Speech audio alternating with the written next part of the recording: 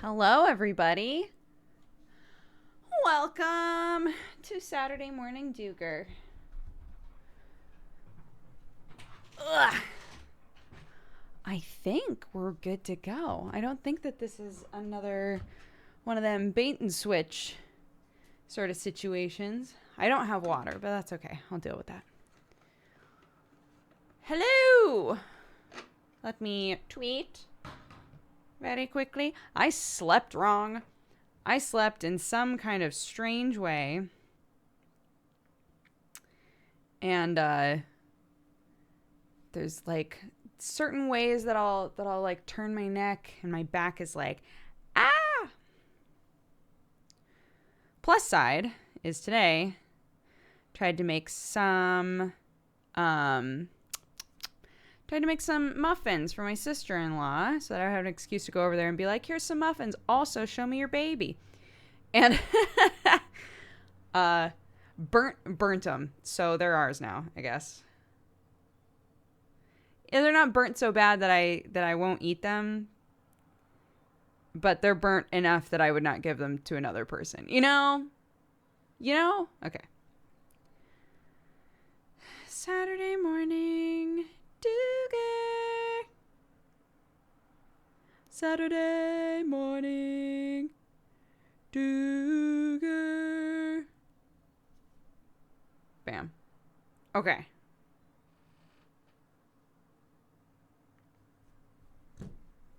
They aren't incinerated.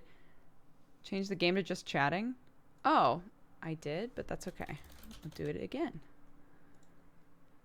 How weird that that's the one thing that didn't save about this. Oh well. Oh. Isn't it like 1 p.m. for you? It sure is. But guess what? I made this show when it was morning for me. And then I moved. And I refused to change it because Saturday afternoon DOOGER, the acronym is SAD. And it's not this isn't a sad situation. We're all just chilling. We're all just chilling, having a great old time. Ugh. It's cold. You can't see what I'm doing. You know what? Here, let's... Oh, God. This will be a good reveal. Hello. Hello and welcome to Saturday Morning DOOGER.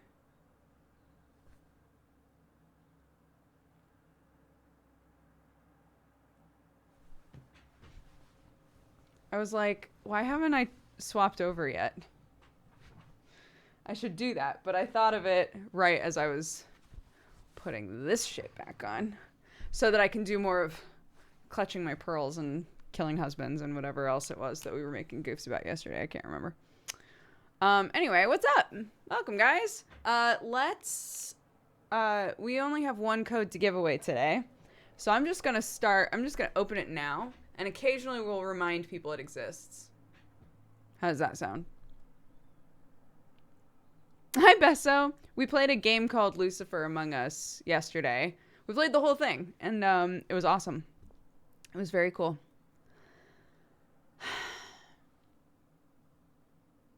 What was I doing? Oh, I was opening a thing. Shit. Jesus.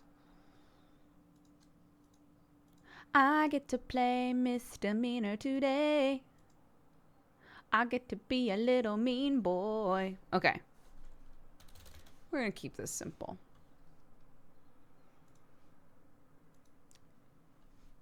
You just write Noita. You just write Noita in chat. And then you're in the shit. Great. So we'll just have one giveaway. It'll go the whole time. That way people who are here now can enter it. People who are here later can enter it. You don't have to be here at the time that I draw it. I'll just send you a message over Twitch. So, if you're entering, just make sure that you allow for Twitch whispers.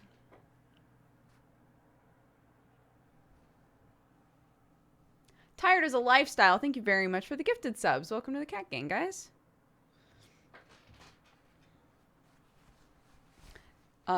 The game is called Noita.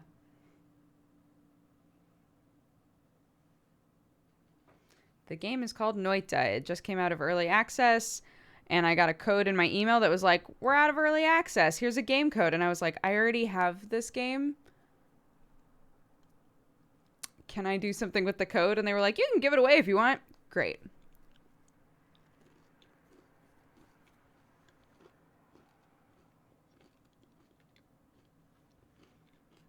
See, it's not bad, but it's a little crisp.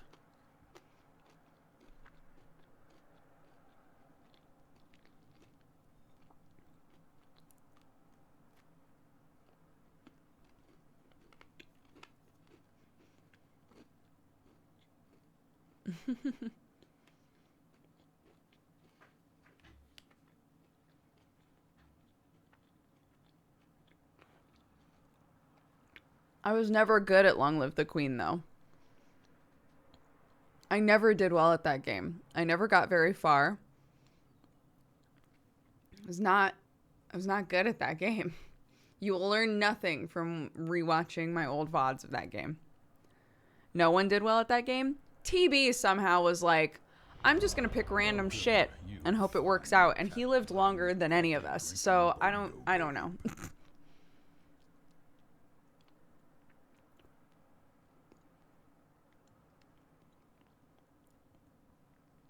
I almost 100%ed that. See? There are people like Ramen Boy that just crush at it, I guess.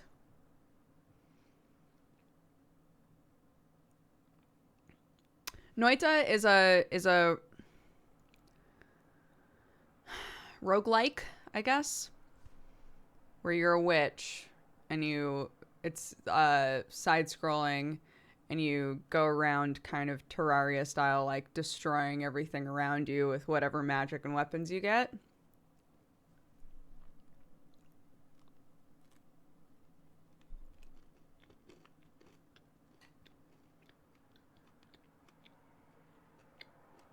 I never watched you for being good at a game. Thanks.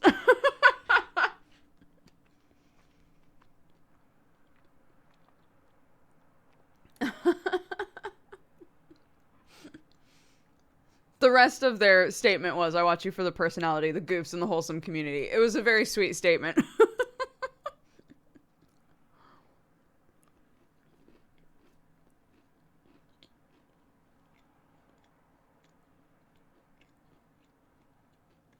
My cursed water bottle? What do you mean? This is my lovely friend Dan's mouth.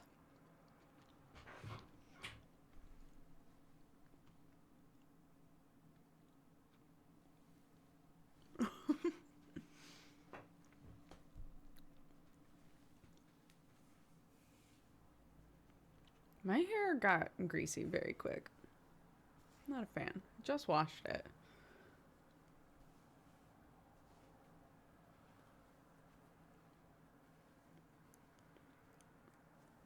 I miss you on YouTube coffee time, but the streams are basically 1 to 2 hours of coffee time. I know it doesn't feel the same, but my God, it's much better for me.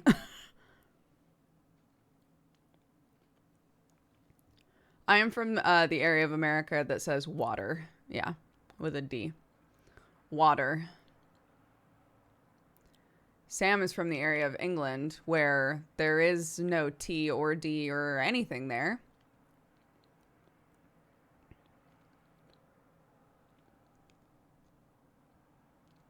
Water. Water.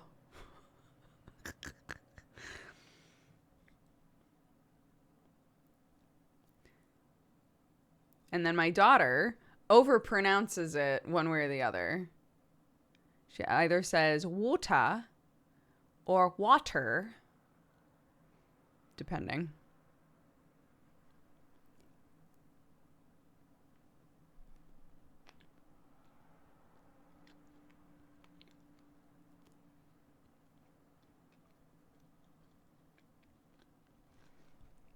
What can you do?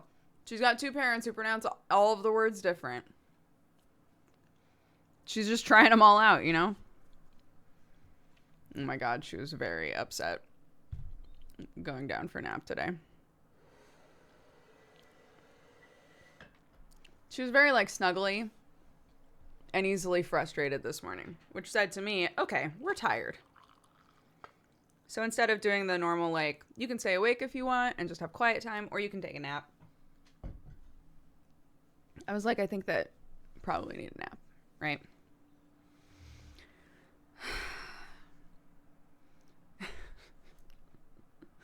I took a shirt out and I said, can we put this shirt on while you sleep instead of the one that you're wearing right now? Because it looks like it might be a little uncomfortable for you if you're laying in bed. She said, no. I was like, okay, that's fine. Then climb in bed. She grabbed the shirt that I had pulled out and said, put this on. And I was like, on me? And she goes, on me. And I was like, okay, we need to take the other shirt off. No. It's like, well, I can't put this shirt on when you're already wearing that shirt. Technically, we could layer them, but you will get a heat rash everywhere. So that's not happening. So we need to either keep that shirt on or take it off. No! Okay. Then we're not going to put this shirt on. But I want to put it on! My poor kid. My poor kid. I'm trying so hard to explain. And she gets it. I know that she does. But in the moment, everything's just frustrating, you know?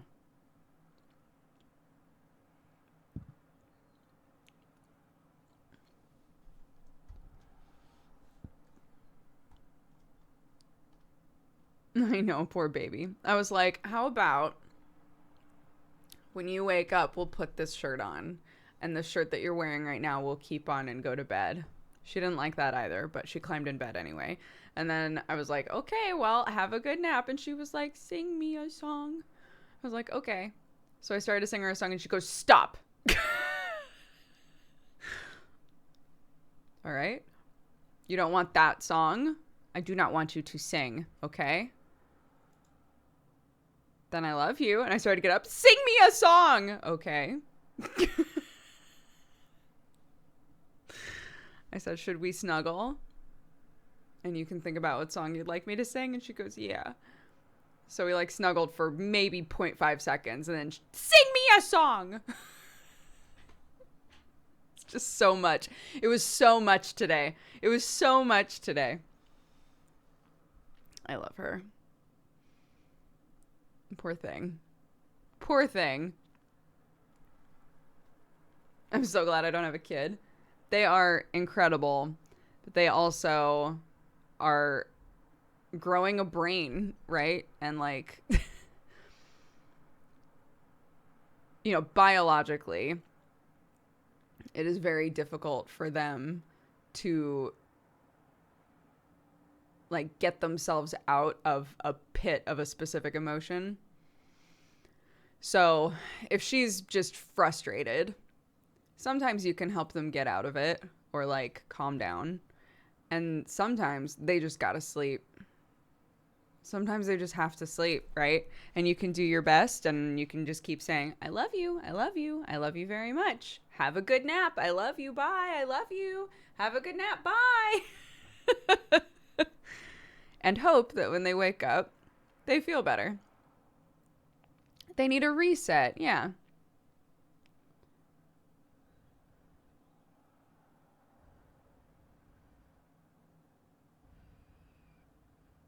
It's one of the big jobs of a parent is to teach them, like, this is what these emotions are called. And it's okay. Everybody has those emotions. That's totally fine. Here's how to manage them in a healthy way, right?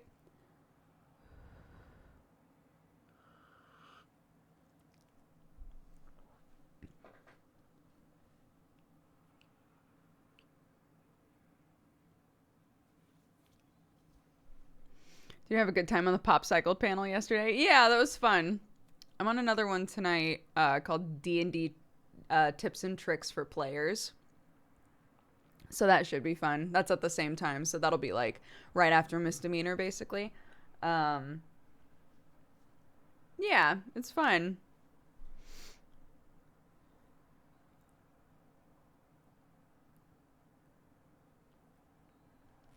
My kid has decided to just not take naps anymore. We're dealing with that. It's fun, but it's also cool to see them learn how to communicate what they're feeling and thinking and help them cope. Totally. Absolutely.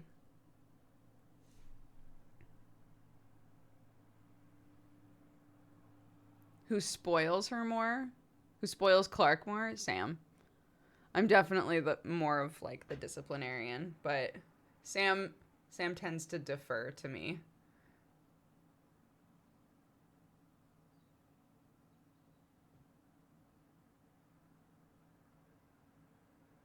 Bye, Besso.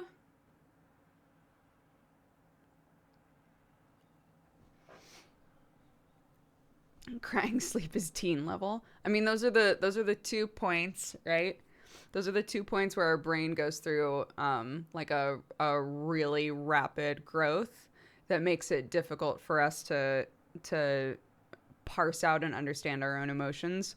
Like legitimately is when you're a toddler and when you're a teenager. There's like a period of time at both of those age ranges where things just feel huge. Like everything feels big and hard to manage. And yeah, takes a lot of patience from the people who love you and also from yourself to love yourself, you know?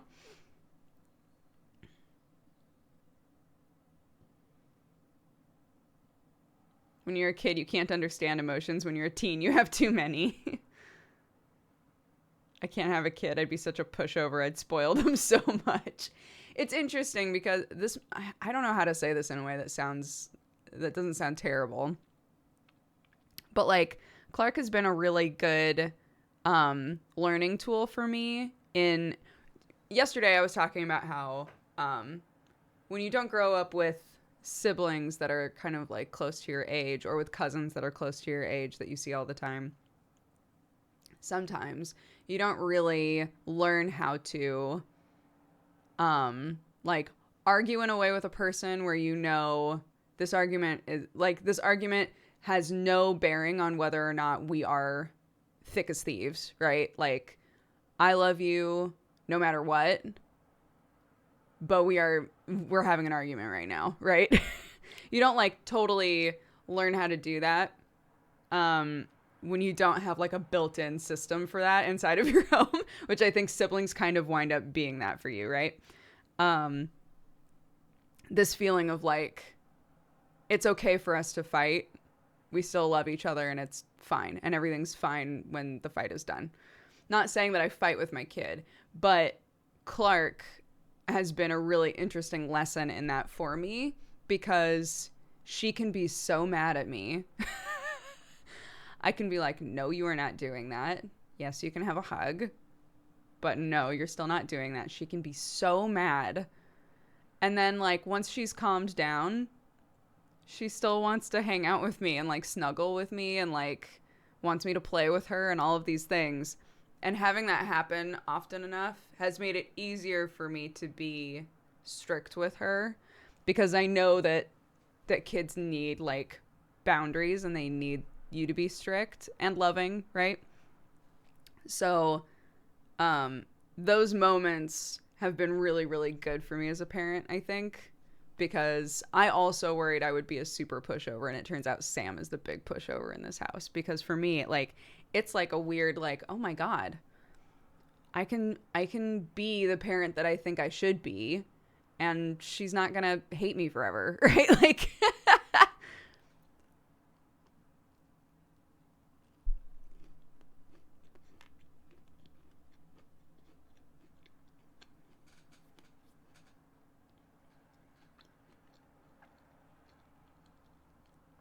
dads always are. Not my dad. Not my dad. My dad was you're gonna sit right there until you tell me the truth because I know you're lying. Oh, shit, it's been an hour? Guess you better start telling the fucking truth, huh?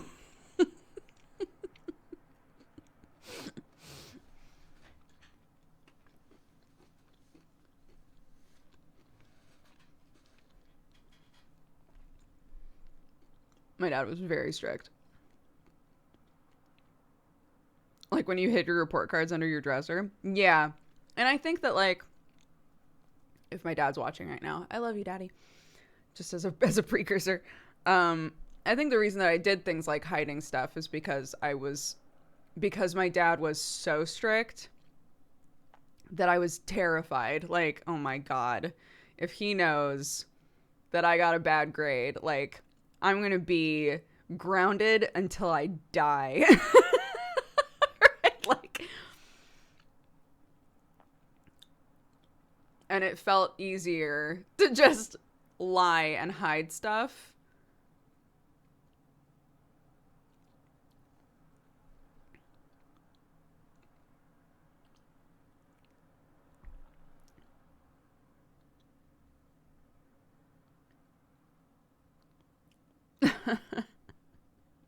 I used to fake my dad's signature on her report cards. Oh my God. I totally faked my mom's signature on a report card one time. And then when it was time for us to, like, turn them in, I had such a, like, wave of anxiety of, like, oh my God, they're gonna know that I wrote this and not my mom. As an adult now, I know that they probably would have been like, cool, they're all signed. Fuck, great. But as a kid, I was like, they are going to be inspecting every single one of these, and they're going to know.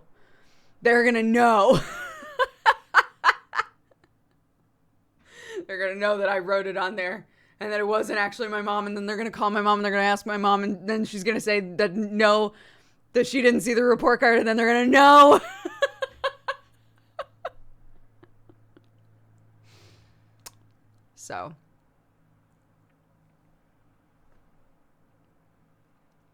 So then I had the really good idea.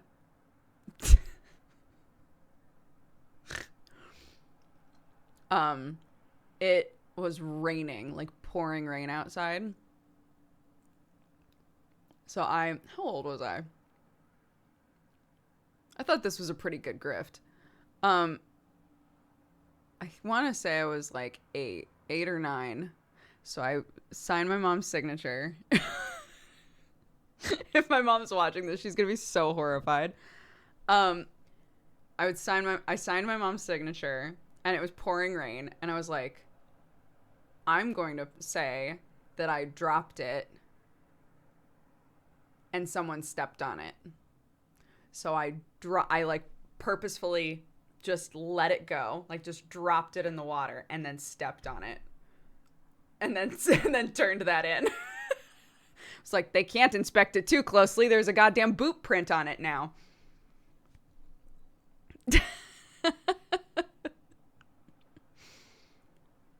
And then I turned it in like that, and they never said anything. Flawless plan. It worked. But it probably would have worked without doing that. I was just like, I don't trust that my signature is good enough, so I'm going to just make it foolproof. Someone did step on it. It's true.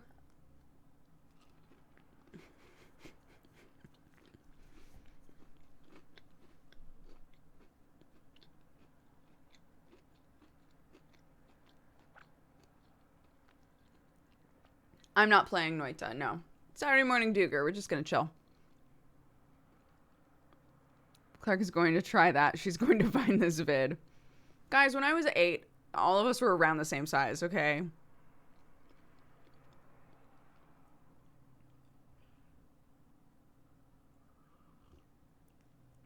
My mom doesn't have a username. She watches, but she doesn't talk in chat. It is always shocking to me when I go to somebody's chat and they're like, oh, that's my mom talking right now. I'm like, your mom talks in chat? That's wild.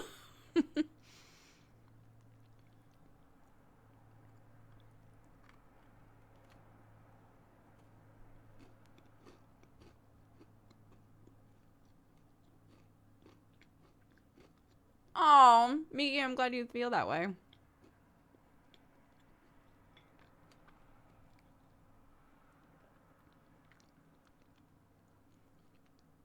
To be fair, their mom is probably not in her 70s. That's true. My mom is a 70-something.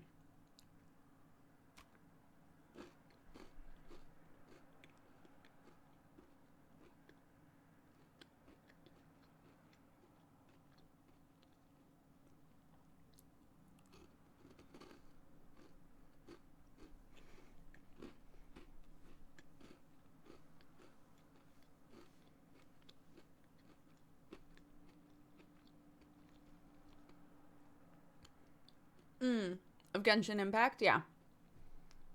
Sponsored stream Wednesday night, I think.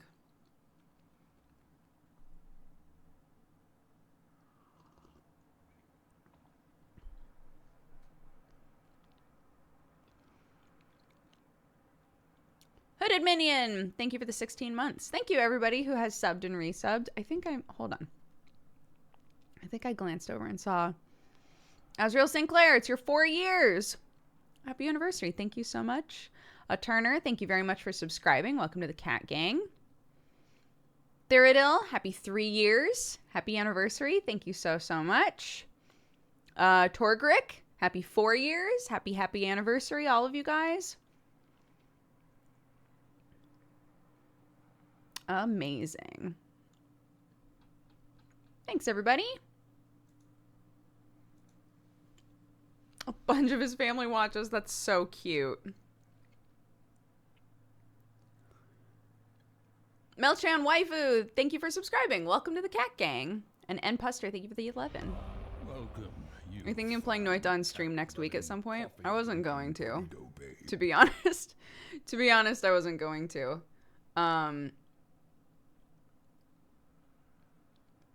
I'll probably play it off stream, but I don't have a whole lot of interest in playing it on stream, to be honest.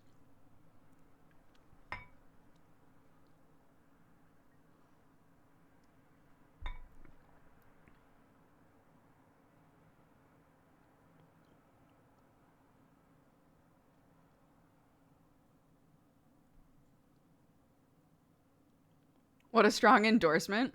People love it. People really love it.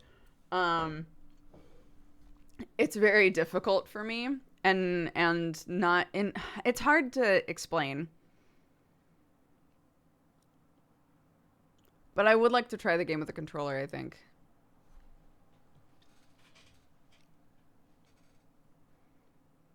But yeah, a lot of people adore it.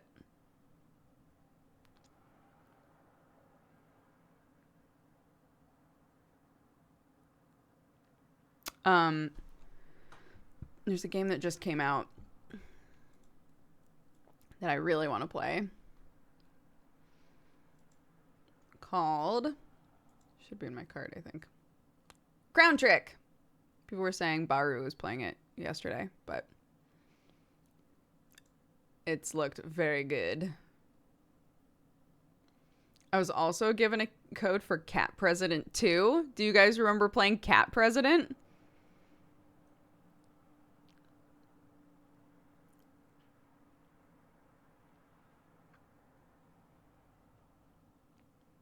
What's that you just put your drink into?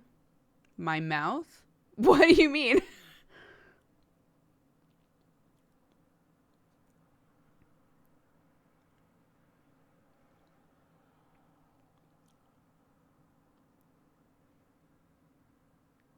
No, there's no sugar in this. I didn't put any sugar. It's literally...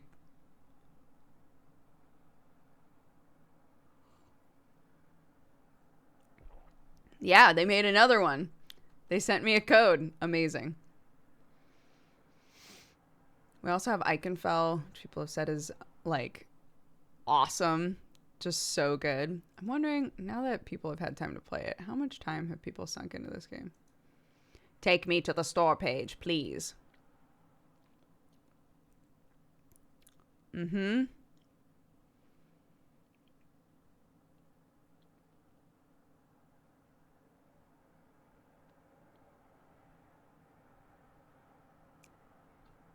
Looks like anywhere from 25 to 50 hours. That's a lot. The thing on the bottom corner of the stream, is that a fridge? This? It's a coffee pot. It's a French press.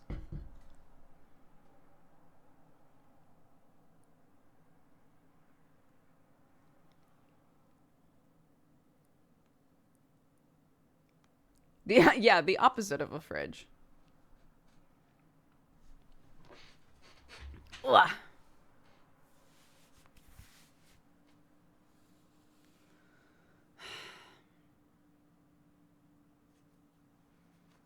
One of these days. One of these days. I'm gonna cut it all off. Oh my god, I did all of my lines for Monster Camp last night. My throat is absolutely killing me. It hurts so bad. My throat hurts so bad. Aravi's voice is very, like, gravelly aggressive, you know? And I've never had to do as many lines as I have to do for Monster Camp. Holy shit.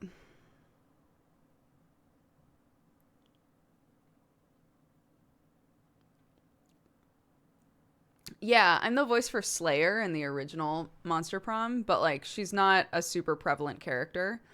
I have a ton of lines for her in Monster Camp. And it's so much.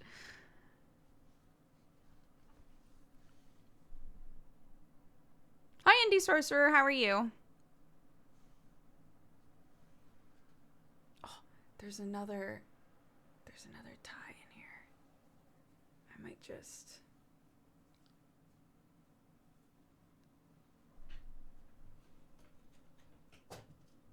Can you please close that drawer behind you? No.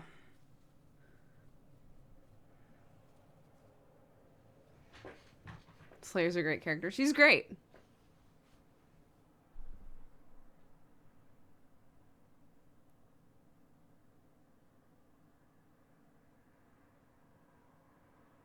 How did you get into voice acting? All of the voice acting that I've done has been either because I was on YouTube playing visual novels, or Monster Prom I got into because we knew the devs. Like, I haven't all of the things that I've applied to be in, that I've, like, submitted my voice for, I have not gotten into. So it's just been luck. All of the things I've been able to do voices for have been luck. The things where I'm actually just, like, earnestly going for them, I typically don't get. It's a very competitive field.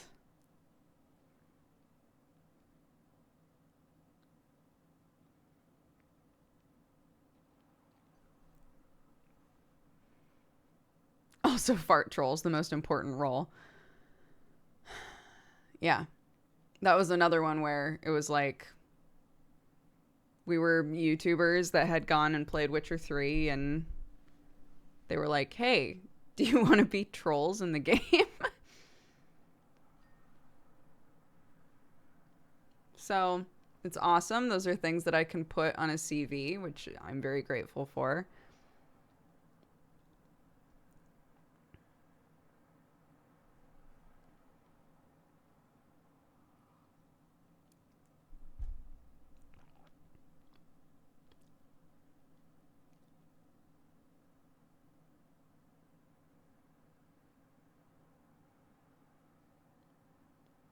Were you farting troll 1, 2, or 3?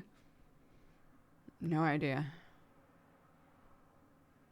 Silenari, happy 2 years. Thank you very much for the support and the love. I appreciate it. Well, see, that's another thing, is that games, like game voices, there is a guild for that, right? There is a union for voice actors. So it also completely depends on, like I'm not in a guild, I'm not a union worker, right? So if a game overall is using union workers, but they really want me in there, they have to do a bunch of, like, extra paperwork and shit in order to get me in the game, and, like, that's not super worth it, right? So yeah. So there's also that. There's some stuff that I just can't do right away, you know?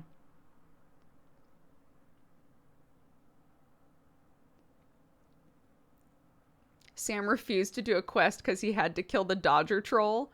Wait, like he refused to kill the troll, or he ignored a quest so that he could go kill the troll?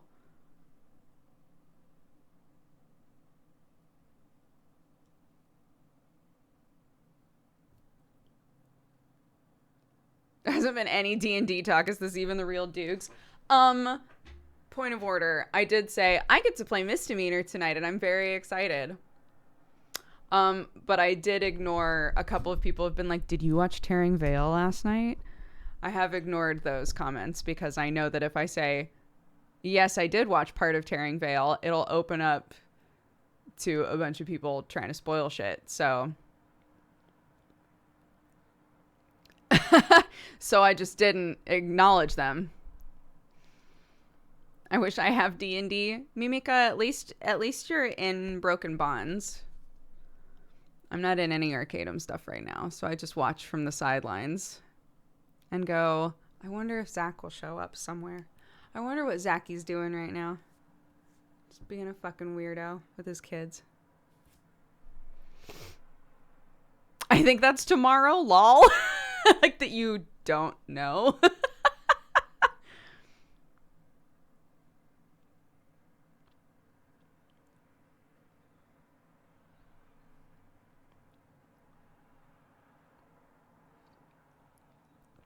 I haven't watched Jujutsu Kaisen yesterday. What the fuck is wrong with me? I haven't watched Jujutsu Kaisen yet because I want to watch it with Sam because I think he would really like it. And we haven't watched it together yet. So I'm just sitting here every day going, you want to watch some anime?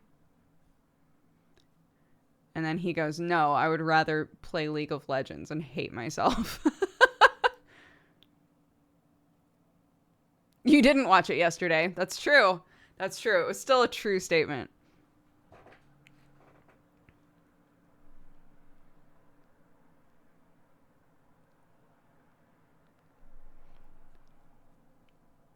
Is Sam feeling better? He is. Yeah.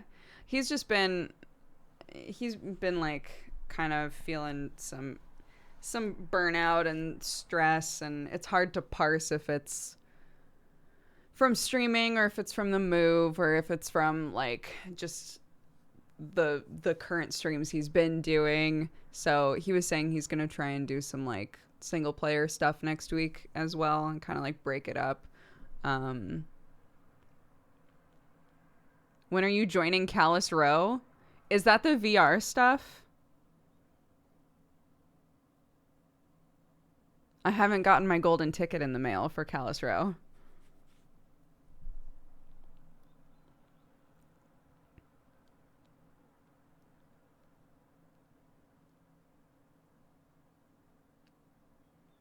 I have to wait on my boyfriend to watch some anime. Yeah, you know. I'm just waiting for my golden ticket, Mimika. Just tell Arcadum. I bother Arcadum about so much shit. I don't...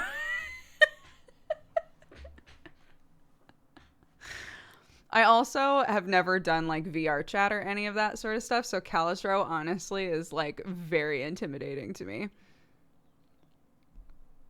Mimika's the perfect hype girl, right? What a blessing in this chat. I'll teach you. Okay. Great. Sounds awesome.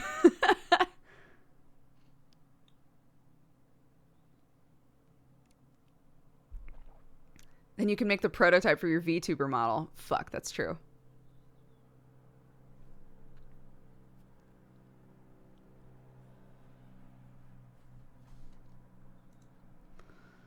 Bacallado, I'm sorry. I have to time you out because you're spoiling D&D stuff in chat.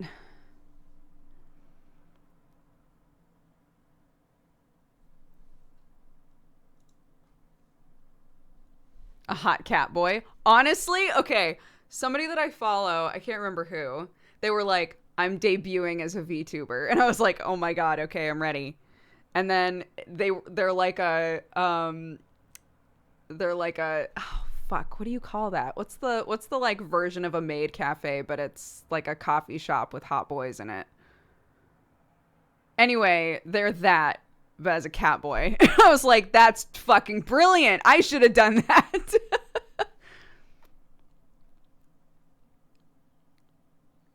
A butler cafe. There we go.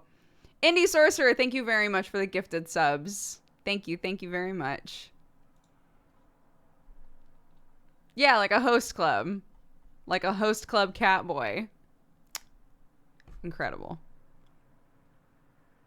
Can I open a host club in Kalis Row?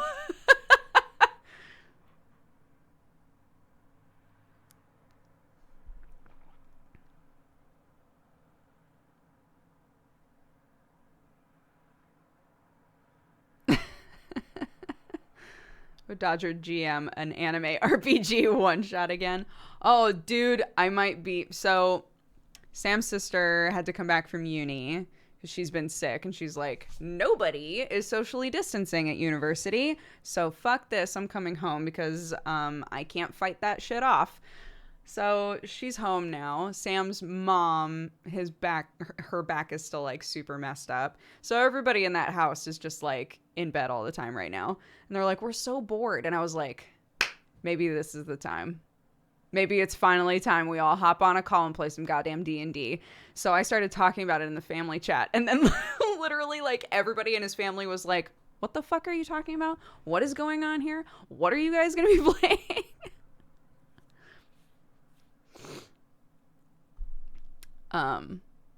So long story short, it was going to be a game with just Sam and his mom and his sister and maybe his dad. And now a bunch of other people in the family are like, what is this? I want to play. How do you play? How do you win? Because it's Sam's family. How do you win?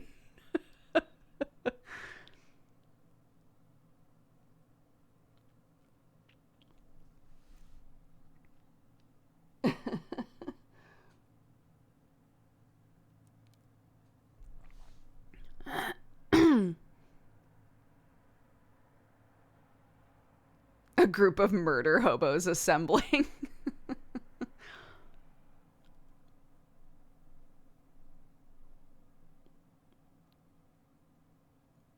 The winning is the friends you make along the way. When I was originally talking with Nancy about it, and she was like, I don't know what this is, but I'm in. I'll play. I don't care. She was like, I just need to watch some videos. I've told this story before, but she was like, I just need to watch some videos or like read some things to find out how you win. I was like, you don't really win. It's like a collaborative, like storytelling sort of thing. You don't like beat everybody else at it. And she was like, watch me. So assuming that's the vibe of the whole family, it's going to be wild. Yeah.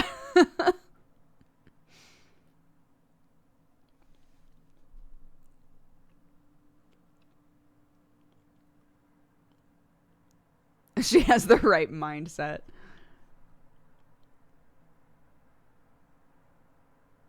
I have a friend who's always trying to get his dad to play D&D. I can't imagine a worse hell. I think Sam's family would have a lot of fun with it.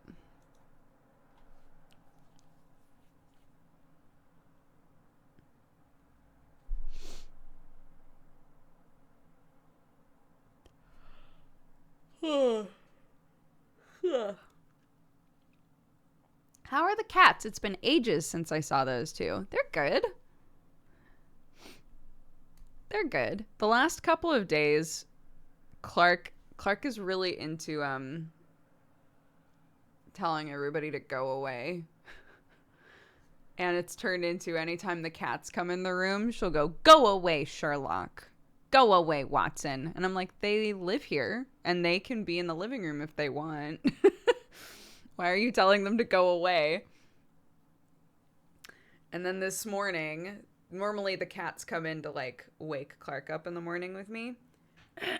Sherlock came in with me and she goes, hi, mommy. And I was like, hi, sweetie. And was like opening the curtains and she was like, Sherlock is in my room. And I said, yes, he normally comes into your room with me. And she was like, go away, Sherlock. And like leapt out of bed and like ran at him. And he was like, oh, fuck. I was like, honey, gentle. We're gentle with cats. We're gentle with people. We're gentle with cats, right?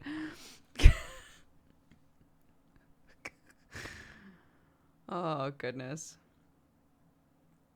Poor Toothless. Poor Toothless. But yeah, they're good. She does like the cats. She likes the cats a lot. She hangs out with them and pets them and they play together and whatever. But for some reason, the last like day and a half, go away. Like, okay, damn. All right. Yeah, it's, you know. I'm establishing boundaries as the parent. She's realizing she can establish boundaries as a human. I just try to remind her, you don't have to be a dick about it.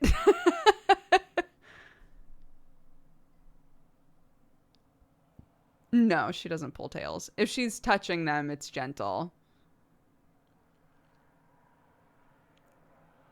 So even if she like booked it at him yelling, "Go away!" and got to him and he didn't move for some reason, she would still pet him very gently. Or like if they're this has happened a couple of times. Like she'll be eating something and one of the cats will like try to sniff at it. She'll very gently be like, "Go away." Like just really gently like push them like, "Go away."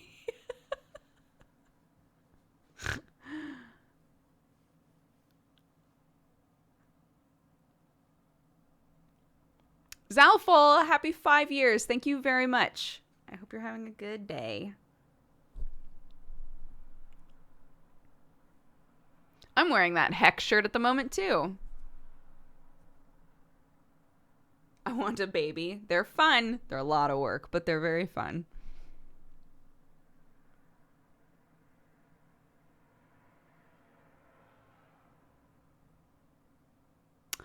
Yeah, we talked about this, I want to say a long time ago, but I remember when Clark was really little, there was an article that I read and I immediately came on stream and was like, I just read this fucking article that really creamed my corn. It was it was like this lady who was like basically said that her whole method with her kids was that her kids were not allowed to say no to an adult ever. And I was like, what the fuck? What do you mean they're not allowed to say no? What? And then the whole comments was people being like, that's a terrible idea. They should absolutely feel okay with saying no. Like, there are plenty of situations where they should say no to an adult, especially if it's an adult they don't know. And the mom was responding to all of those being like, well, they understand the difference between dangerous situations where they should say no and situations where they're at home and they're not allowed to. And I was like, I don't think they do.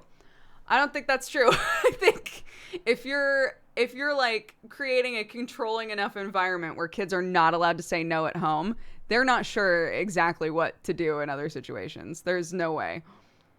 They're kids.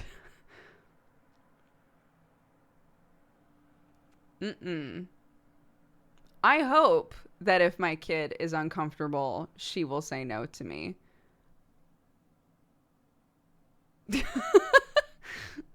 I really hope if my kid is like, I don't want to do that, I hope that she feels like she can explain to me why, but she doesn't necessarily even have to do that.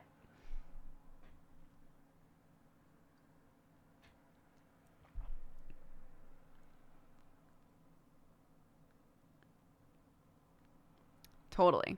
The other one that Aaron and I have talked about this a lot, happily Aaron and I have talked about this a lot. The other one for us is like, if somebody's like, give me a hug, and she says no, we try to be like, okay. Like, you don't have to hug anybody you don't want to. You don't have to kiss anybody you don't want to. I don't care if they're your nana. I don't care if it's your mommy or daddy.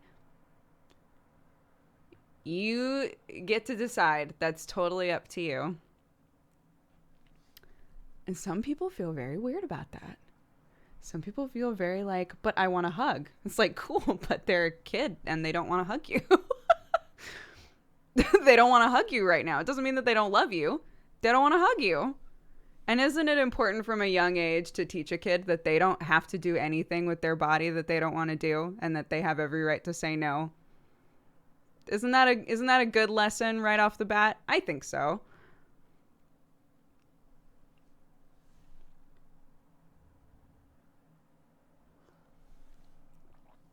So yeah, raising kids is wild. Raising kids is wild because it feels like every generation, my dad talked about this a lot, that like his approach with kids, at first he like found himself mimicking his dad. My grandpa was not a good parent. The opposite of a good parent. Really terrible parent. And so my dad found himself like as a younger parent trying to mimic some of that, and then was like, but that didn't work for me. That made me hate him. Right? Like, and so he would talk about that a lot with me. Like, it's not enough to say I turned out okay. It's better to say, okay, I turned out okay, thank goodness. But like what was good enough for the last generation might not work for me. And it's good to like think about how things used to be and how they're different now.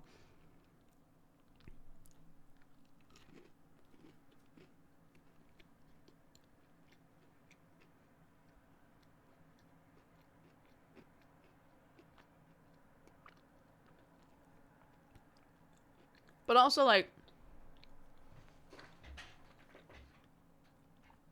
when I was talking to a therapist on an app for like a hot minute, it didn't work well for me, so I didn't stick with it. But she was saying that a lot of those like negative cycles tend to last a couple generations.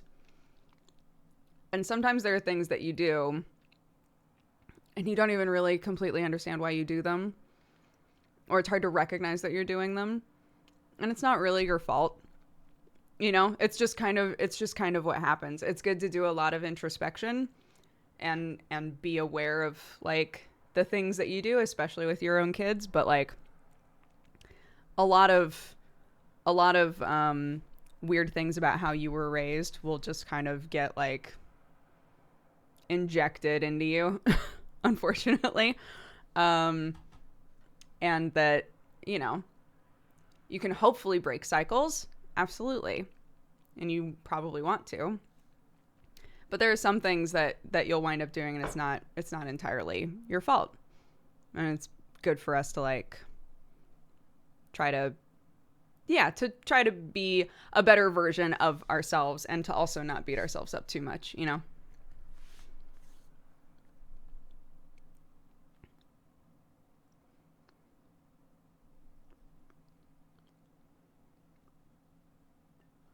Mm-hmm. That's exactly how I feel. I adore my parents. I love them to the moon and back. But I'm not the same type of parent as them. And there are some things that they did raising us where I'm like, I'm not going to do that. I'm not going to do that. It doesn't mean that I love them any less or like think badly of them at all. It just means that I think that we've learned a lot about kids and how kids' brains work. And I am also a totally different adult than either of them are. And their parenting styles might not work for me, right? So.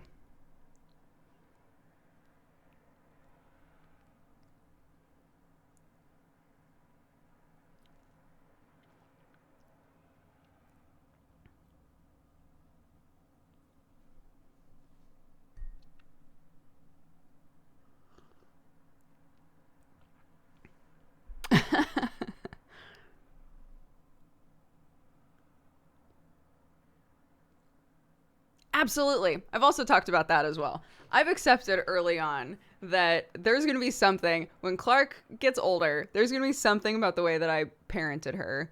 She's going to sit down at a cafe with her, like, really fashionable friends, and she's going to be like, God, this thing my mom used to do drove me fucking crazy. Like, I hated it. It did not work at all. It, like, really just made me mad. It was counterproductive.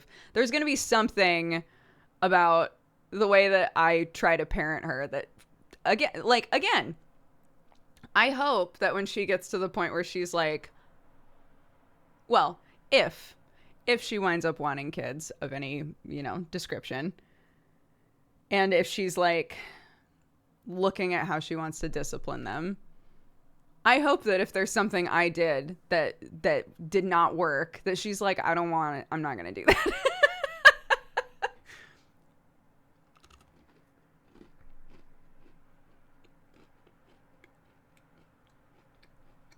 There's always something. No parent is perfect.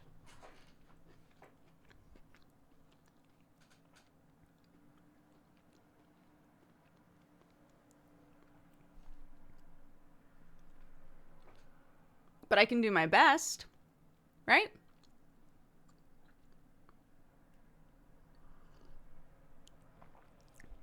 Yesterday she was in the bath. She was in the bath. And I can't remember why. But I was like, oh, Clarky, I hope that if you're famous one day, that you're Banksy. And Sam was like, what? And I was like, yeah, like nobody knows who Banksy is. I hope that if Clark's famous, she's just Banksy. Sam was like, all right.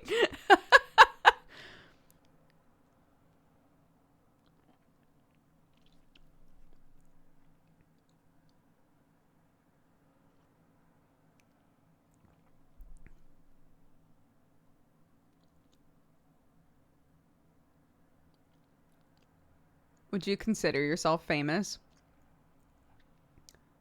In a way, yeah, for sure. I've been recognized at places before. I have currently 1,560 people in here watching me talk about how I raise my child while I drink coffee.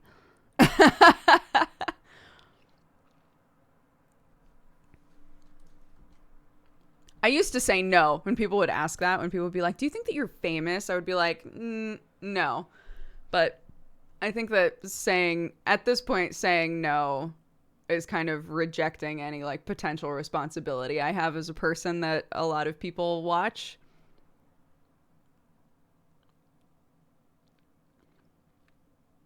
So I would say yeah.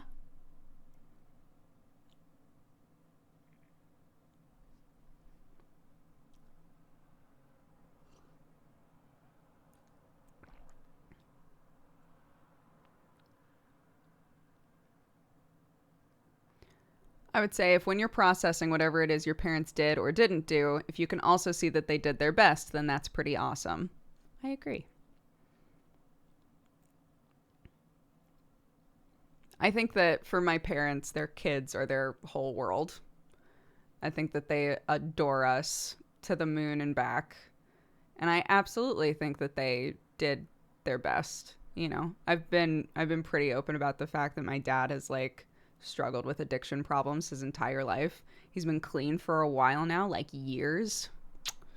My dad, amazing. But that made things really hard. You know, there were a lot of really like rough times in there. Even just with that. But looking back, am I like, and that made him a bad dad? No, not at all. I think that he grew up in a really shitty situation, and I think that there's a lot that he's like had to process and work through his entire life. Um, but all of those things contributed toward this feeling of like, so I need to be the best parent I can for my kid, you know? So even with the struggles that were built into that, I think absolutely my dad has only ever wanted to be a good parent.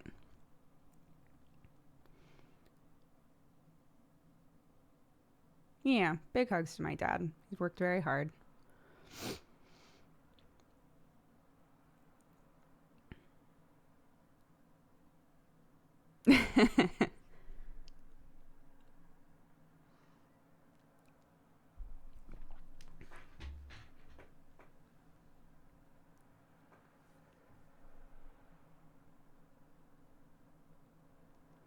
This might be a small thing. Personally, I think sober is a better word than clean in terms of addiction. Clean kind of implies you're unclean when you struggle with getting sober. That's fair. My dad is very specific about like, just because I haven't been drinking in a long time doesn't mean that I'm not an addict anymore. I think that was like a big part of like his process that was important. Was like, I am an addict and I will be an addict my whole life, but I can choose whether or not to like feed that, you know?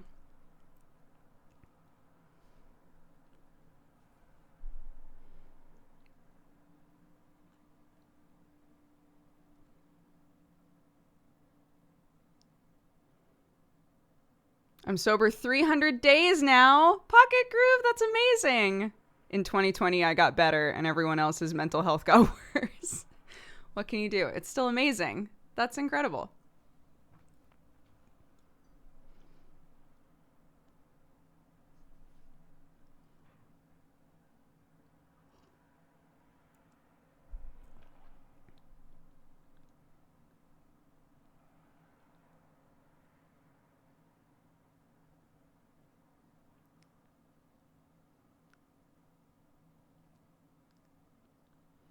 We always have that conversation at home, the commercials that are like, I used to be addicted, but I'm not an addict anymore. They drive my family nuts. Yeah, it's a lifelong thing.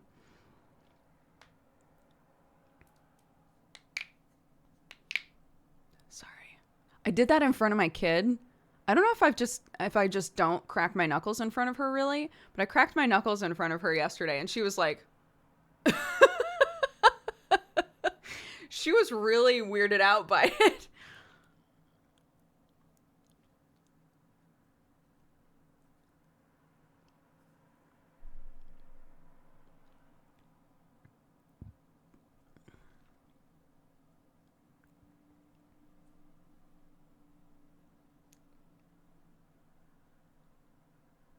Oh, yeah. YouTube.com/dexteritybonus is where the VODs go.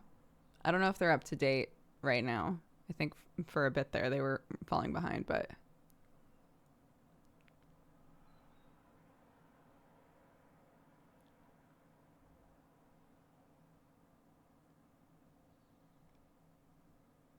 when are you guys moving? We don't have a move day yet, but we're supposed to be out of this house by the end of the month. So, I hope. Haha. It's going to be a whirlwind of packing here. Cutting it close. It's not on purpose. It's not on purpose.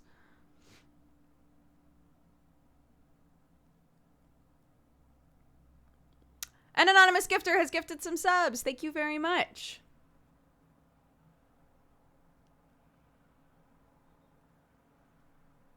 If you were gifted a sub, there's no one to say thank you to because they are anonymous. But I appreciate it. Thank you very much.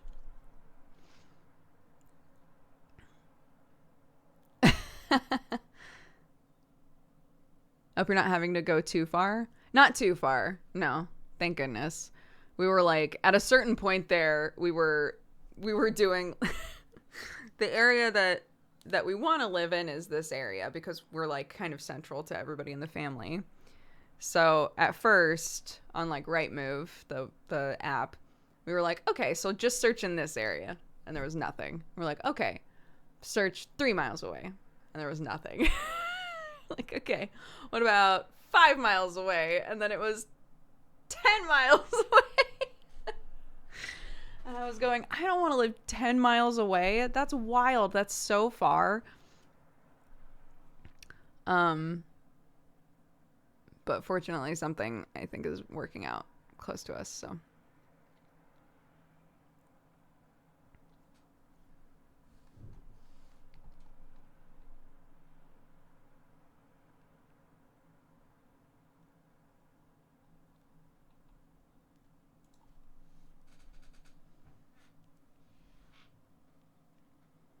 Oh, Kaimiru, thank you. We do have a car. We have an old Range Rover. He's an old man. And last time I drove him, it said transmission error. And I was like, oh, good. Oh, good.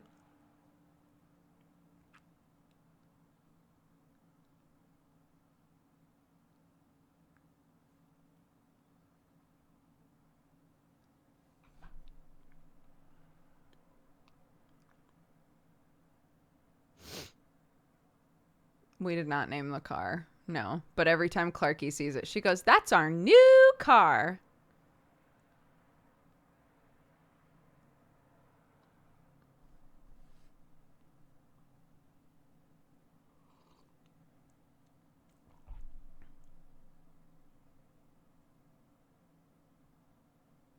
Clark is now called Newt. I like it. That's cute. Newt car.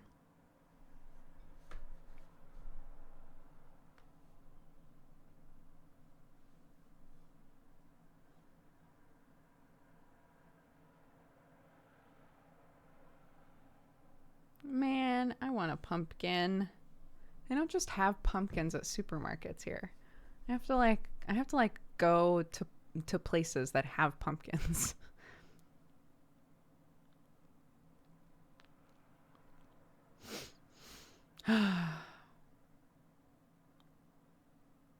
Give it another week? Another week? Why do they wait so long? In America, there are pumpkins out like in end of September. I know it's October. I'm used to pumpkins being around all of October is what I'm saying.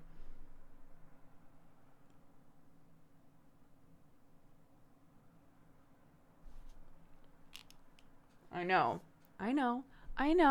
all of the things you guys are telling me. I'm just complaining. Just let me complain. In England, you don't give a shit about Halloween. I know. I get it. I'm homesick.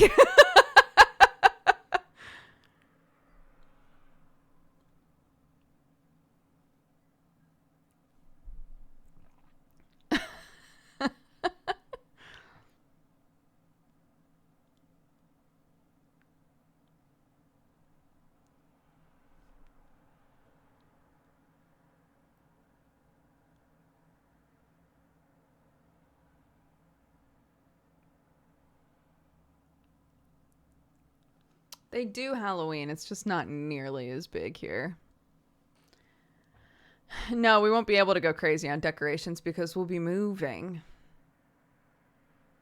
So there's no point in decorating this house because we're packing it up. And by the time we get to the next house, it might have already been Halloween. So probably won't be doing anything.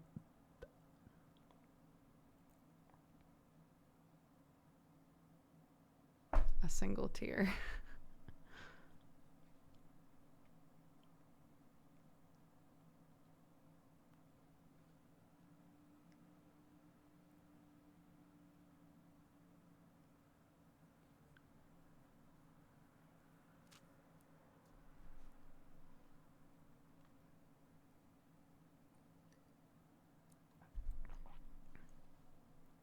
No.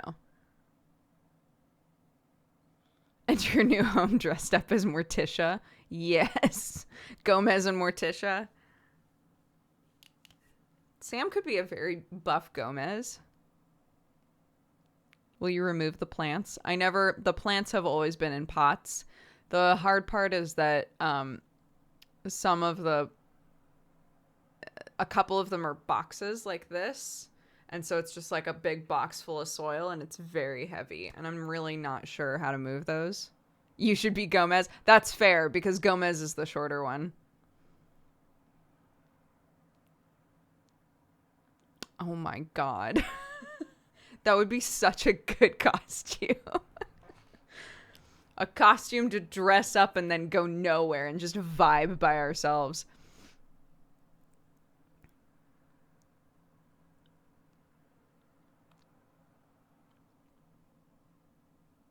Clark can be Cousin It. Great.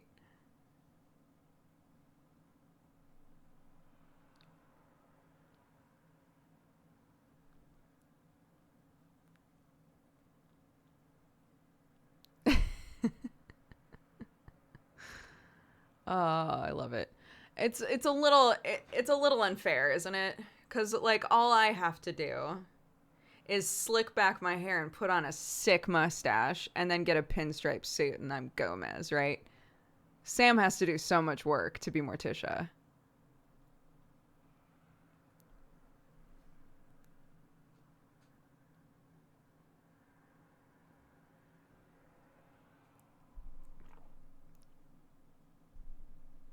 Clarky is 2.5 years old. So I had her 2.5 years ago.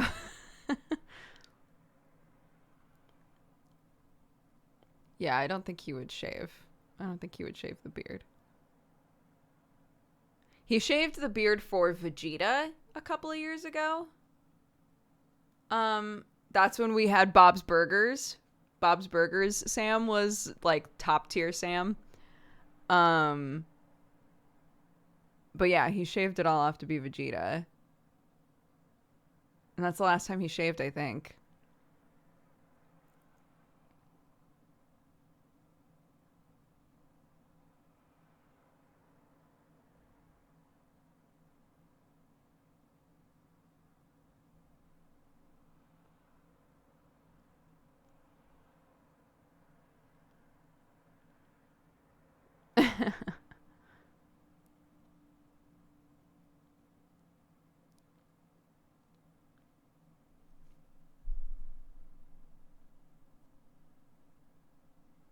Trying to remember. We came up with a good costume idea, and I can't remember what it is now.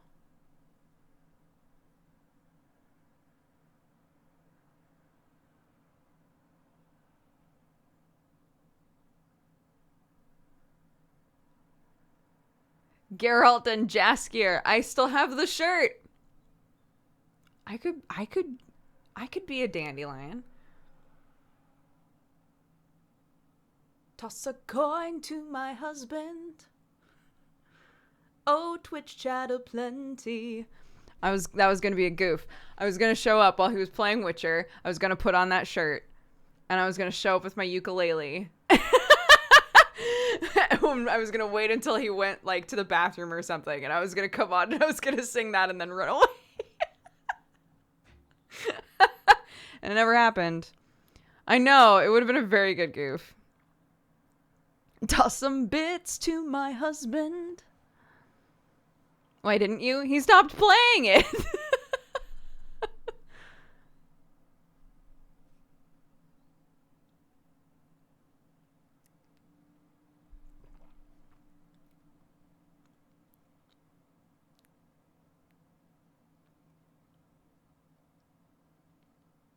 Yeah, that's the other issue, is that Sam is not like me, and every couple of hours doesn't go, man, I should really stretch my legs and get some water. Like, he doesn't do that. So it would have been me like all like decked out and ready to go, just like waiting in the wings like a little gremlin for him to need to pee. And it would be 4 a.m. And then he'd be signing off, and I'd be like, no, wait.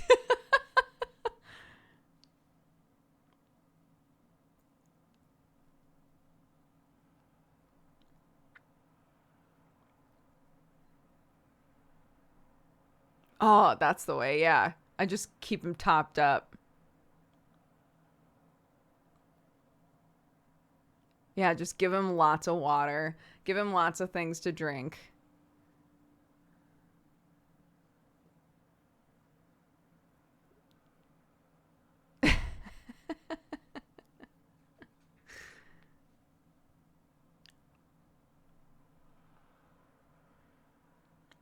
I know. That's why I keep telling him to... Oh, where is mine? That's why I keep telling him to get a Fitbit. Just an old one like mine. Just get something to buzz at you and be like, hey, stretch your fucking legs.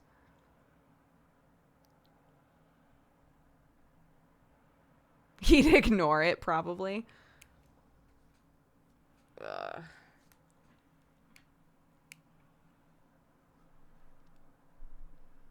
The giveaway is still going. Yeah, it's going for the whole stream. If you would like a Noita key, type Noita, all lowercase, in chat. Noita. Noita. I had to turn that function off. Oh, I leave it on for mine. It's very good for me. Because if I'm just like generally living my life with Clarky, I'm up and moving around constantly and it does not buzz at me. It only buzzes when I'm streaming. It's the only time that it's like, hey, you need to walk around. Because it's not a every hour it tells you to move around thing. It's a, hey, I've been tracking how much you've been moving the last hour, and it's not at all. So you should move around. Which is good for me when I'm streaming, to remind me to stretch my legs. It would be better for somebody like Sam, because Sam, as we've just established, will just sit down and then not surface for 12 hours and then be like, I feel like shit.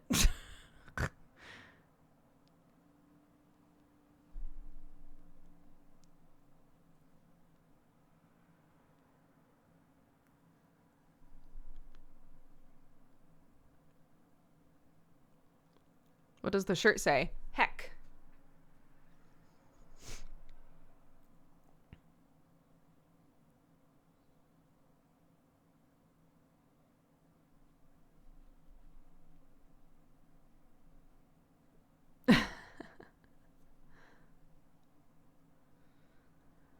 Yeah.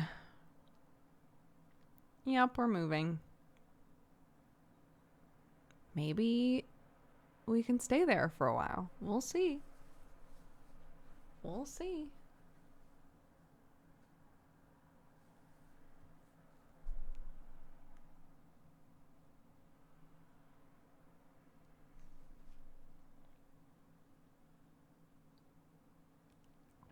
I don't even know if they want to sell it. I don't know if this is a house where they're like, yeah, if you like it enough, we'll just sell it to you. That would be great. But we'll see. How often have you moved as an adult? I moved into my dorms for university 1 year. Different set of dorms for 1 year. I lived in my studio apartment. No, I moved into an apartment complex with 2 roommates, and that was a disaster. 1 year. 2 years in a studio apartment by myself. Delightful. And then moved to Los Angeles. Lived in the first apartment in Los Angeles 1 year. Moved into the apartment with Mike and Ro and all them 2 years. Moved into my other studio apartment, which was great. It's when Sam and I first started like talking to each other. Moved into the apartment with Sam. Yeah, this was 1 year. 1 year in the studio apartment. 2 years in the 1 bedroom with Sam. And then 2 years in the house that was closer to the office. And then have now moved here. I moved 10 times since I moved out of my family home. Ugh.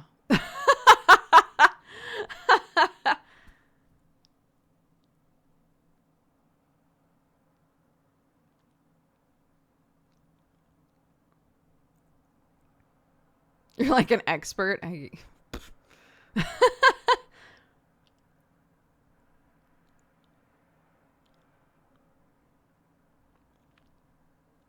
Moving is exhausting. It is.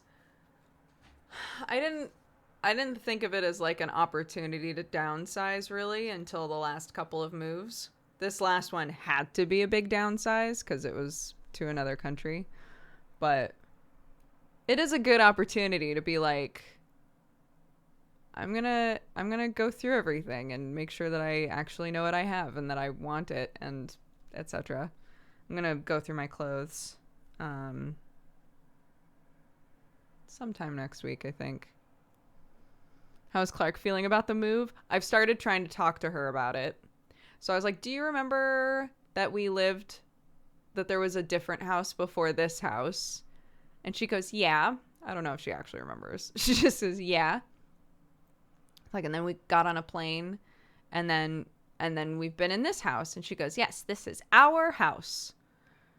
And I was like, yeah, but we're going to have to go to a new house now. So we will not be living here anymore in a little bit. We will live in a different house again. And she was like, but this is our house. And I was like, oh no, she's very attached to this house. So, again, I'm really hoping that the house that we're moving into is open early enough that that I can take her on like a couple drives over, and we can bring some things and she can put some things away with me, and I can be like, this is our new house. We are going to live here. It's our new house, right? And like have that sort of slowly click for her.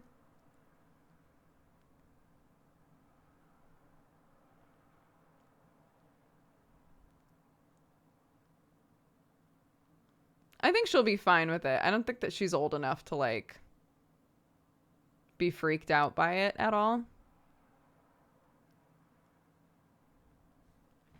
I don't even know what's in my boxes anymore. That's when you gotta downsize though.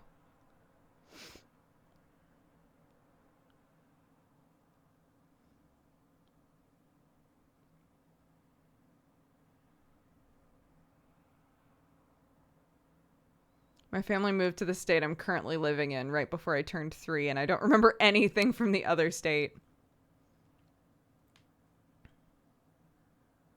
She's 2.5. How are the kitties? They're great. Yeah, they're doing great.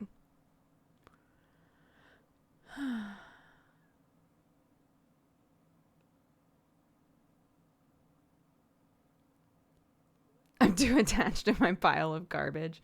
For me, I like the mental clarity that I get from getting rid of a bunch of shit. So I've tried over time to get better at going through things and being like, I haven't used this in years. Someone else could probably use this.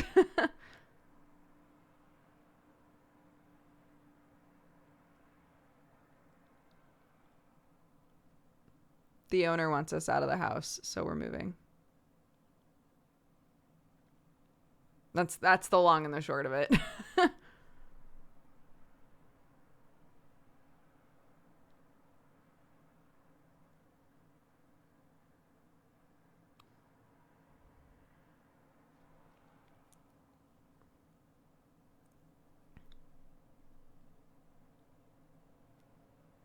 I just want to own nothing. There was a one-act play that some of my friends did when I was in college. And I remember there was a line, my friend Andy, it was her line. She was sitting on the floor, and one of the other characters came up to her and was like, "Where's all your stuff?" The set was completely taken away. She was just sitting on the floor. And one of the other characters was like, "Hey, where did all of your stuff go?" And Andy looked at her and goes, "I got rid of all but 28 things." And then in a monologue listed off the 28 things that she kept. And she was like, "I don't think that I need more than 28 things." I think about that all the time. I don't know why.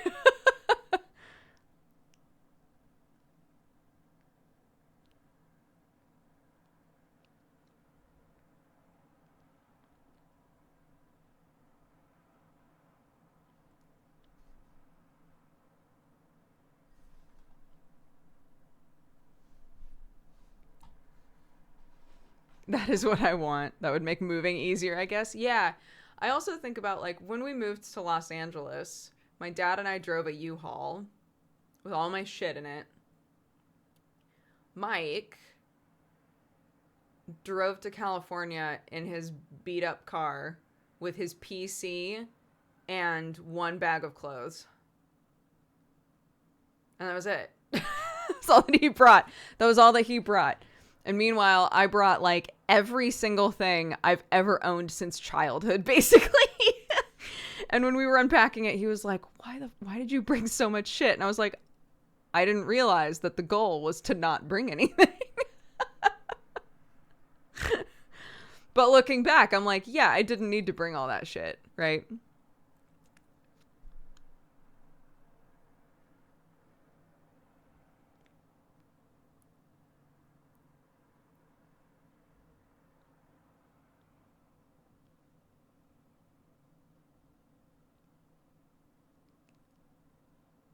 30% of my stuff is craft supplies and the other 30% is manga.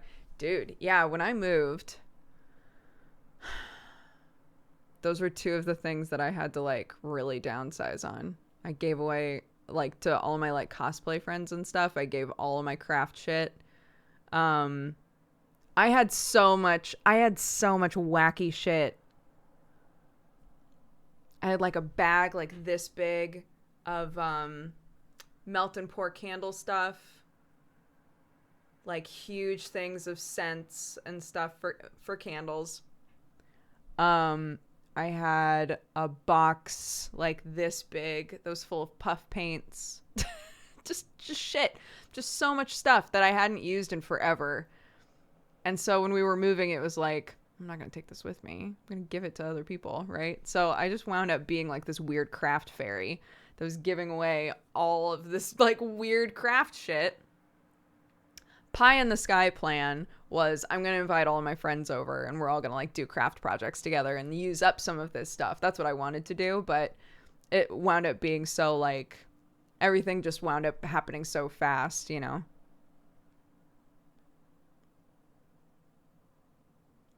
Yeah, the thing that I was told before, and sometimes this works for me and sometimes I'm like annoyed that I got rid of a thing, but the thing that I keep being told that I try to follow is if you have a craft supply and it is easy to obtain and you have not used it in years and years and years, someone else can use it, right? There's a kid at a school that can use that for craft time.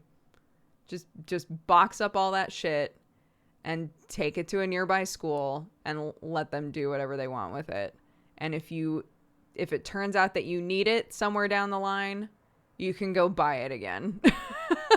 But the clutter of having it in your house when you are not using it is not worth the like mental space that is occupying. So I've tried to follow that. And yes, there have definitely been times where I've been like, oh,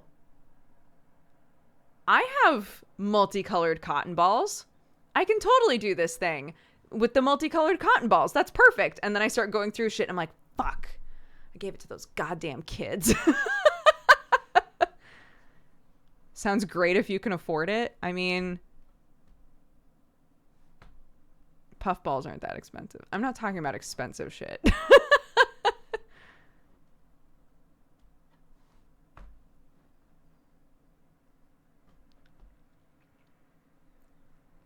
But yeah.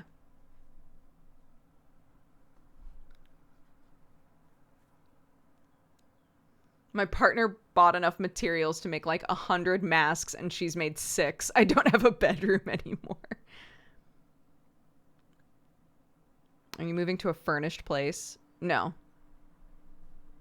We have furniture, so.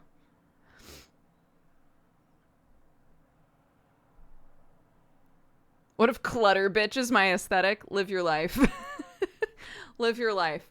I have had organization problems my entire life. And for me, it's like, if one of the things that could help me be more organized is to just have less shit in my house, less things that I need to like be aware of existing in my space, then that's like an okay thing for me to try and do, is to just not have as many things.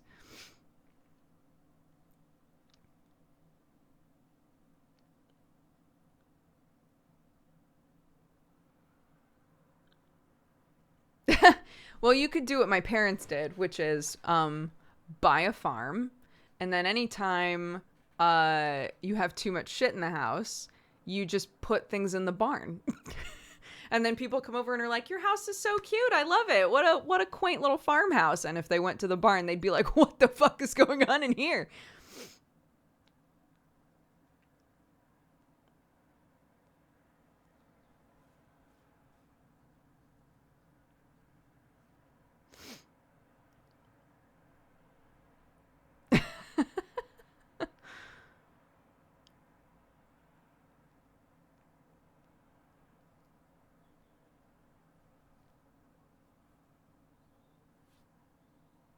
I live in Ohio and I have seen several storage barns. I think when I moved here, not here. Oh my God. When I moved to Los Angeles, if I recall correctly, my parents were like, "Do you want to take the old couch set?" So when I was growing up, we had like this really cute, like a really cute little couch set with like tiny flowers and stuff all over it. And I can imagine it perfectly. Like I really did love them. But I was like, no, because they had been sitting in the shop for years. And I was like, there is no way in hell those aren't covered in mouse poop with like moth bites all over them. Like, no, thank you. Right? Like there's a certain point at which a thing has been sitting in a barn or in a shop and it's just not, it's not worth it anymore.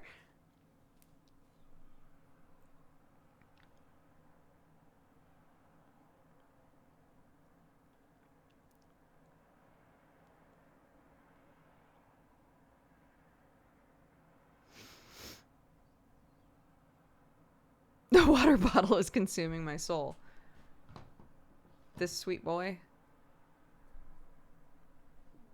Big furniture you have no use for anymore is stressful. Donate it. Just donate it.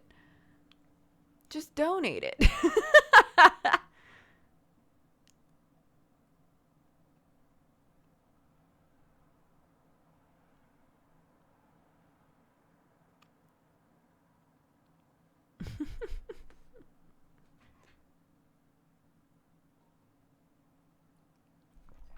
Anywho. This is the mental place that I've been in. Oh, my sister-in-law is getting pumpkins.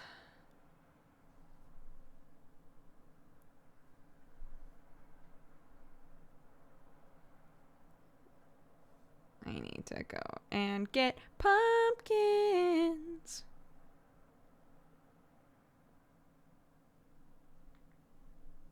I could go for some pumpkin soup. Yeah, I want to make pumpkin pie.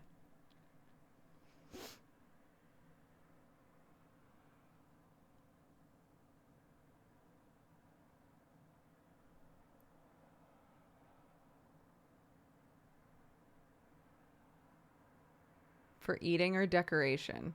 Which? The pumpkins that she just got? Definitely decoration.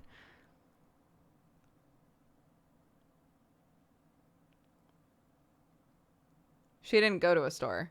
That's a farm. That's what I'm talking about. Like, everyone in the family have all gotten their pumpkins at, like, farms around here.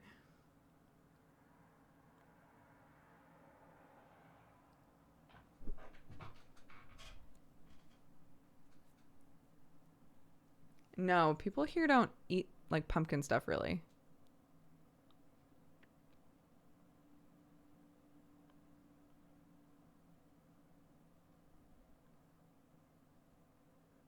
I'm crocheting pumpkins right now. That's so cute.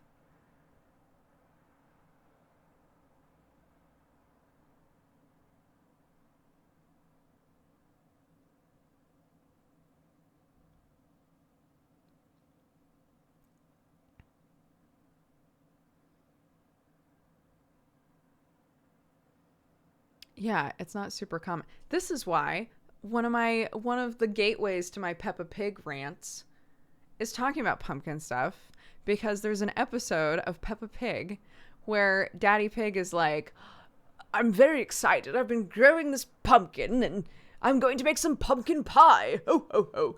And it's like a big thing that he makes pumpkin pie for everybody, and everyone's like, "I love pumpkin pie," right?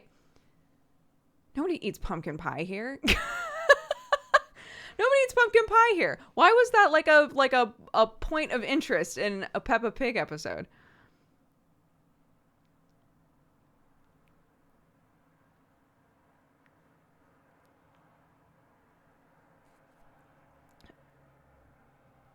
Peppa Pig is the worst. I hate it. I'm too invested now. I've watched too many episodes. I know too much about the show. I know too much and I'll never get those brain cells back, so I just rant about it on stream occasionally.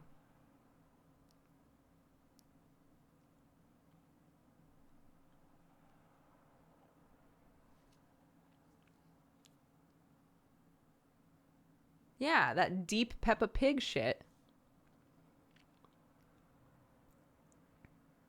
You need a video essay series that explores Peppa Pig. Damn. You know what I was thinking about? You know how I always talk about how Freddie Fox is just like a doomed individual? Like, it's occurred to me now, any of the episodes where he like interacts with cops, he's like, I want to be a cop so bad. Like, he always dresses up as a cop. The episode where all of the kids had to choose a different country to like represent Freddie Fox dressed as a cop to represent England. And I'm like, oh my God, his dad is like the biggest con man in the entire town. And he wants to be a cop. The second that he grows up, he's gonna take over the police station, because we've already established in other episodes that the police in the Peppa Pig world are completely incompetent. He's gonna take over that shit, and it is gonna be like the most corrupt police situation that the country has ever seen.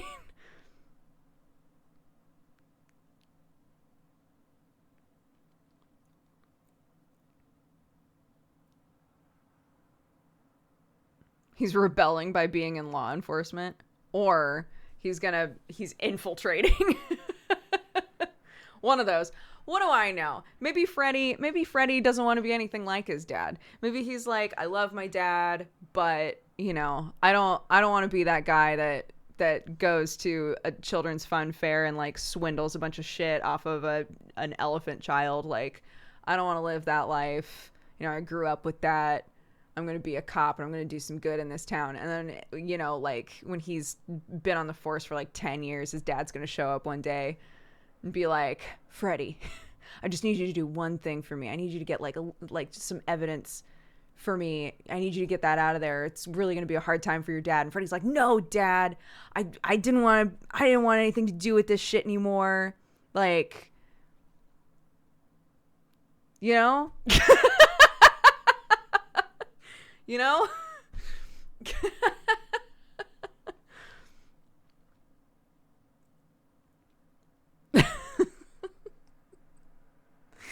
All of the parents in Peppa Pig have jobs. Freddie Fox's dad, oh, it's just for context because some of you guys are like, I don't get this. So there's a Fox kid in town. They established that his dad, I'm trying to remember what his mom does. I think she's a nurse. His mom's a nurse, but his dad basically runs like a catch-all store.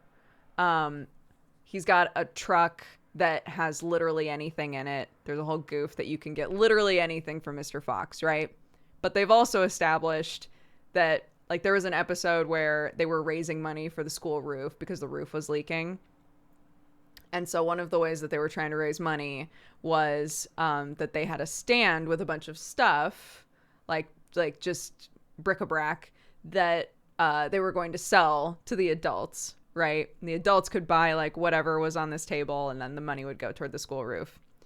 So Madame Gazelle, who is the one who teaches all of the kids, she walks off to check on the other kids, comes back over to Emily Elephant, who is running the desk.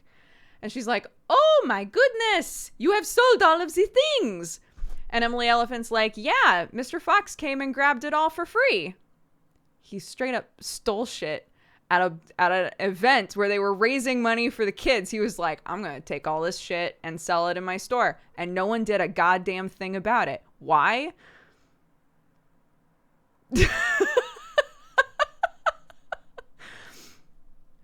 Right? So like, sure, Mr. Fox, he's got anything that you could possibly need, but he's also a piece of shit, right? Like that's definitely an aspect to his character. And they're also, because they're like all the poor carnivores on this show. Danny Dog, this doesn't happen to because he's a dog and, you know, he's a sweetie. The Wolf family and the Fox family are used for every we might eat somebody goof on this show. There's so many goofs about them potentially eating somebody. So I just feel very bad for Freddie Fox because he's just a sweet boy who wants to like be on the police force. But I feel like it's going to be very difficult for him to leave his past behind, as we've established earlier on. You know, cycles sometimes happen for a couple of generations before they are you know, legitimately broken. And I worry for Freddie Fox that he's going to try to break the cycle, and his dad's just going to keep showing up in his life like, Freddie.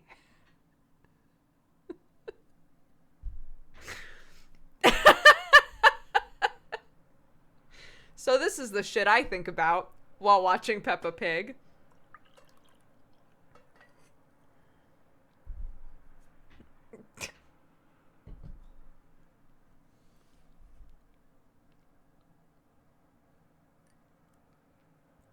Where does she post her episode reviews? Oh my god.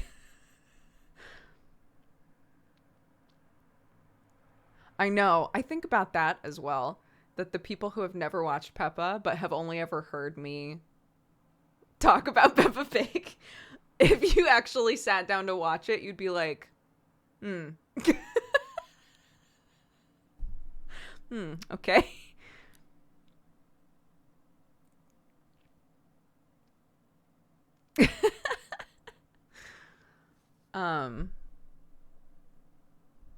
Alex should put you on the Peppa desk. Oh my god. I should basically do New 52 and You, but with kids shows. Holy shit, that would actually be very funny. Like kids shows that I've watched way too much of, and then get a friend to watch like a certain number of episodes, and then bring them on and like have them talk about how they feel about it.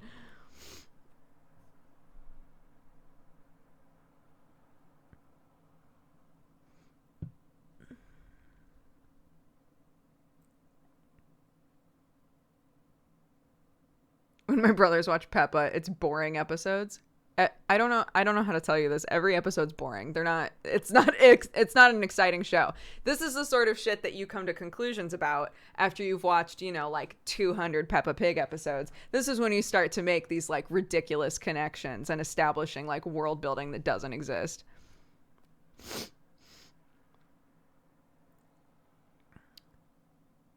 Make Jesse watch Peppa. Done. Done.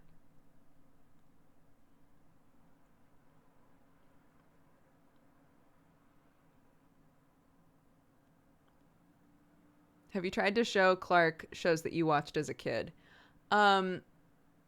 So Clark got really into clangers. I did not watch clangers as a kid, but Sam did. Clark got really into clangers for a bit there, and I still put it on sometimes because it's just so gentle. It's just such a sweet, soft show. The new clangers I think is so cute. But yeah, she's watched clangers. There's a new version of Naughty. So any of you who watched like the old weird Naughty in Toyland stuff, there's a new Naughty show called Naughty Toyland Detective, which is adorable. I like Naughty more than Clark does. I'll occasionally be like, do you want to watch Naughty, Clark? And she's like, no. Yeah, Noddy. Naughty.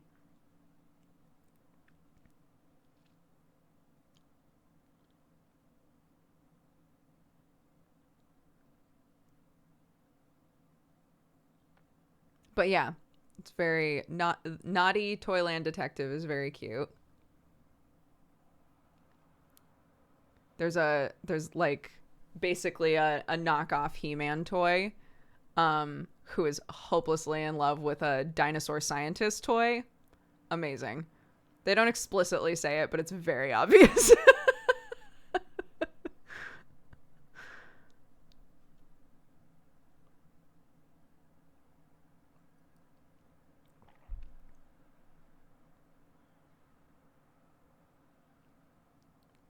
I've already watched all of Breaking Bad. We just got done watching The Boys. It's not that I'm not watching shows for adults. It's that it's that I have to do something with all of this kid show knowledge.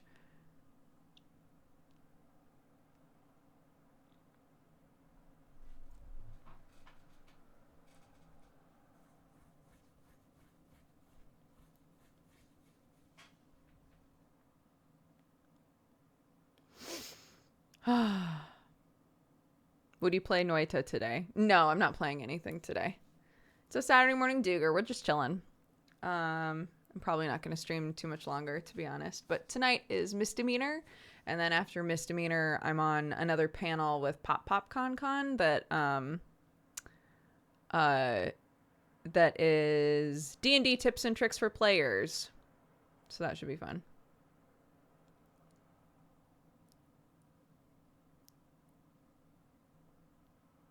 You don't usually watch adult shows on loop, so that makes the difference. I do. I'm definitely the sort of person that if there's something that is just like nice background noise for me, I will watch it over and over and over again, but not really watch it. You know?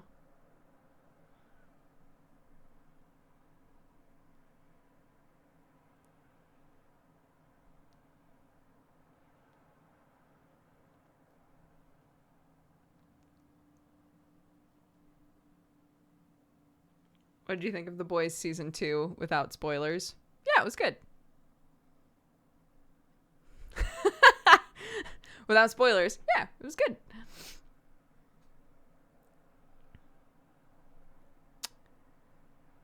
I'm almost finished with Schitt's Creek. Oh, I got 2 seasons into that show, I think. I need to watch more.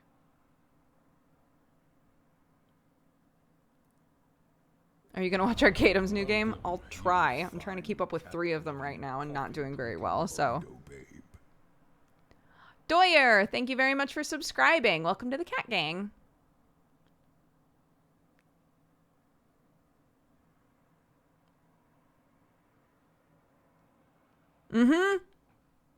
Brooklyn Nine-Nine I will totally put on, just as background noise, for sure.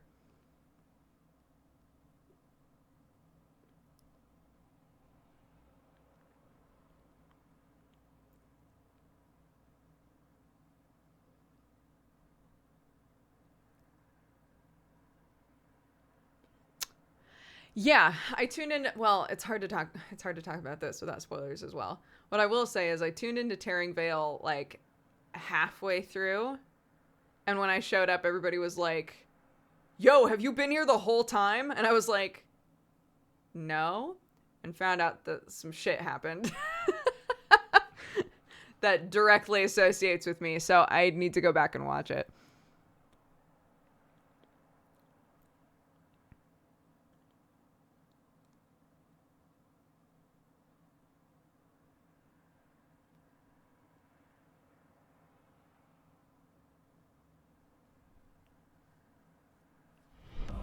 Welcome, you fine cat-loving, coffee-drinking burrito baby. Serendipity Diamond, thank you very much for subscribing. Welcome to the Cat Gang.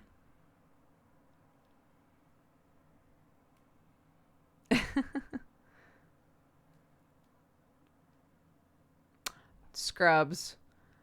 Not for me, but my friend Jason from high school put Scrubs on repeat for like his entire university life. He loved it.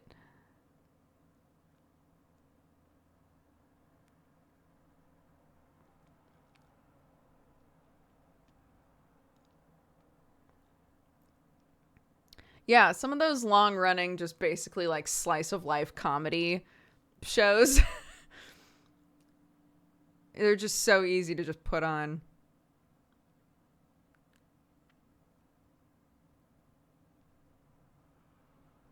This t-shirt is, it's from a store called Psychic Circle. It's owned by Susie, who, Mortimer, who you might know from like Game Grumps stuff.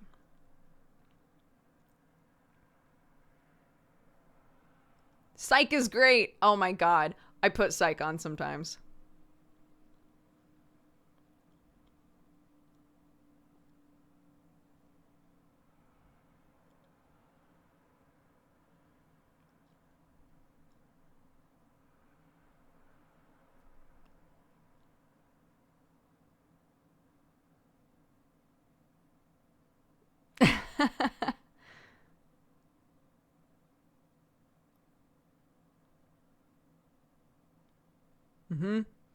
For any of you who have never seen Psych, it's very funny and you should totally watch it. I'm trying to remember when that show came out, but I definitely watched it in college, so like 10 years ago.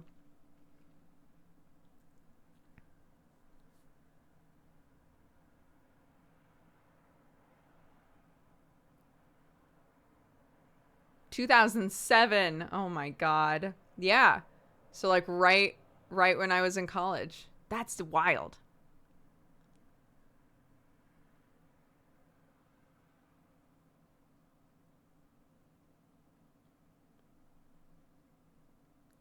No, it's not. He's not a criminal. He's literally just a dude.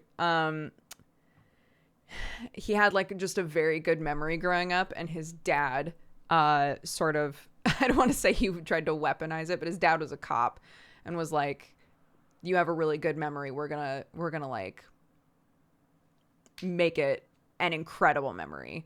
So he would drill him. He would do things like they would go to breakfast and he would be like, before you can eat, you have to close your eyes and tell me how many people in this place were wearing hats, right? Like that kind of shit. And so it's him as an adult, and he just notices things about people and has like an incredible memory for things. But when he's grilled on it, he can't explain it. So in the first episode, he gets arrested because they're like, you called in a tip that doesn't make any sense. Like, we don't understand how you could have known that. And he's like, I am psychic. And then the entire show is him trying to maintain this lie, like upkeep the lie that he's a psychic. And it's pretty funny. He's like a huge goofball.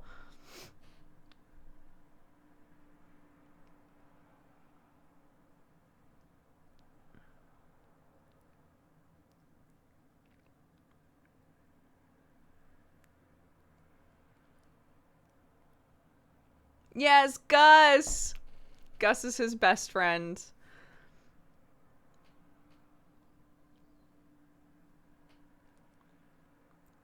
It's called Psych. It's very good. It's on either Netflix or Amazon Prime. I can't remember which.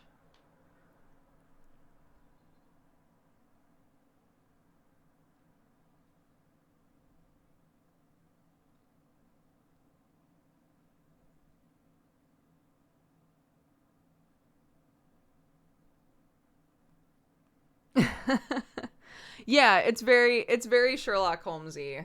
It's like that whole trope situation of like, there's the cop that's just like really bad at his job but is exasperated with the whole thing, and then there's the main guy who is really good at what he does but is definitely not a cop, and like keeps just kind of implanting himself into situations, and everybody's like, go away, you're not a cop. And then there's Gus, who's the Watson, who's like the straight man, who's like, this is crazy, we should not be doing this. It's very funny. It's a little scrubsy, just a little bit, the like humor type, I think.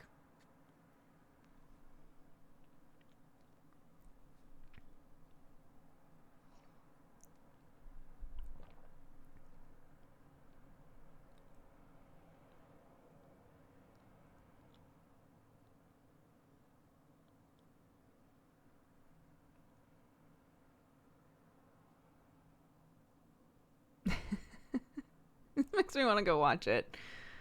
This makes me want to go watch it. It's very good.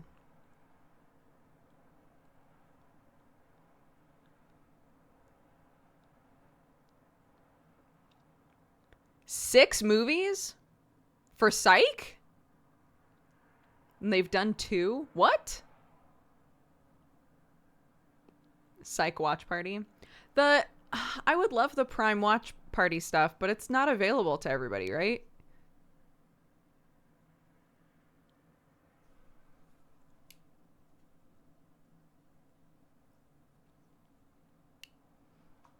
So it seems like, I don't know. Like, obviously I'll be doing the Vinland Saga stuff. But like if it's just specifically for us in our community and a bunch of people aren't able to do it with us, that seems weird to me.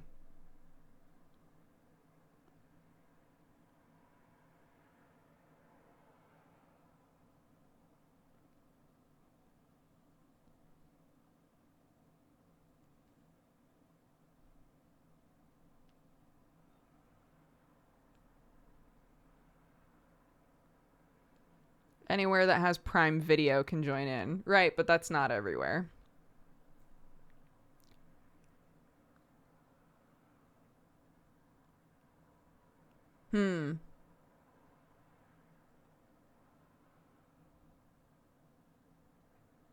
Interesting. Sure, I'll ask since JP's been doing the watch party thing with the boys. I'll ask him how it works.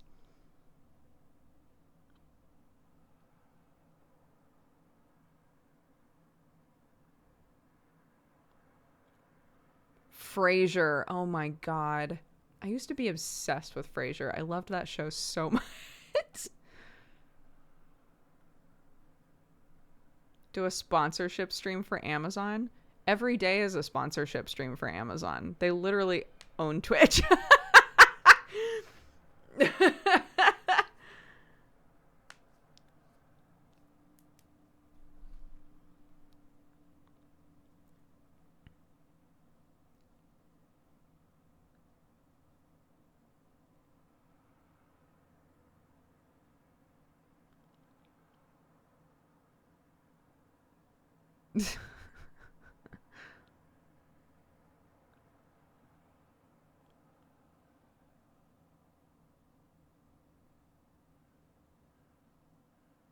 I find it strange that Amazon, of all things, would buy Twitch.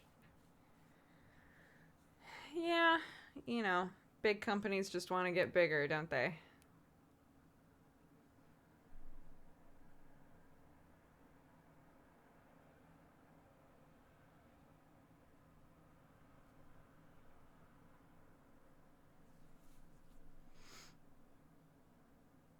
Yes, yeah.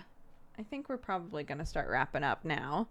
Because again, I'll be doing 2 different streams after this evening. So, this is your last chance to get in on that giveaway. If you would like a code for Noita, which just got out of early access, just type the word Noita, all lowercase, Noita, in chat. If you've already done it, you don't need to do it again. Doing it a second time won't do anything for you. But in the meantime, Heronbug says, I'm sure he's not in chat right now because he's working today, but this Valentine is for Cannibal Kiwi. It's our 4-year anniversary tomorrow, and I love him so, so much. Aww. Apple Strudel Do says, I hope everyone in Dodger are taking time to make yourself a tea or a coffee and have de-stressing time. I think we all need it right now. It's true. It's always good to check in. Weird Uncle Jay says, I want to wish everybody a great day. Meeper Doodler says, to everyone that has gifted subs in the past and to everyone that will gift subs in the future, I want to say thanks for your generosity. It lets us who are struggling financially be able to use the emotes for evil, not good. I haven't said that phrase in so long, and sometimes people in chat throw it in there anyway, and it's very cute. Grace Me says this Valentine is for my immune system, which managed to dodge COVID despite living with somebody who was positive. Amazing. Well done. Also, I hope that the person you're living with is doing okay. I assume they are. Seahark, thank you very much for reminding people to drink some water. Zoror has suggested Urban Bohemian. He is currently fundraising for Trans Lifeline. Amazing. Double check that they are still alive.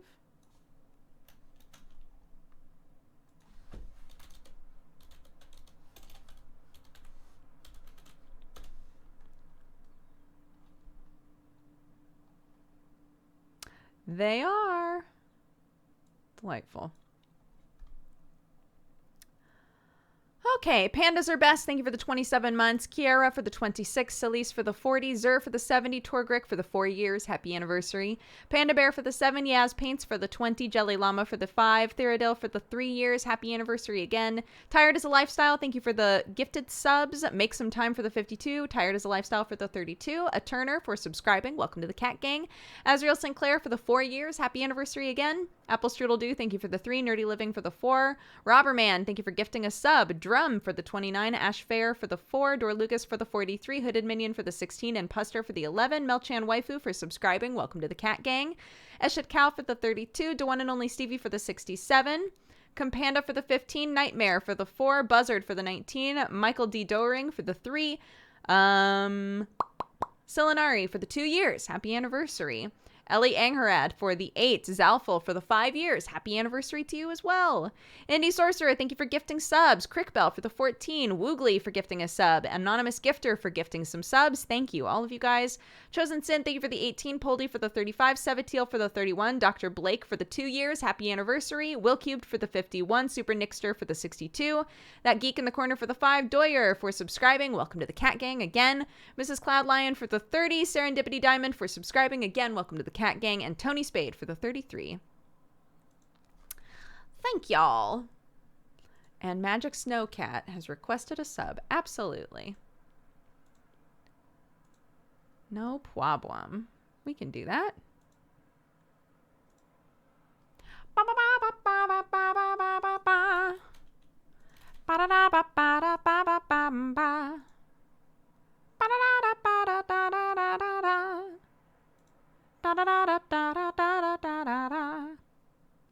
Okay.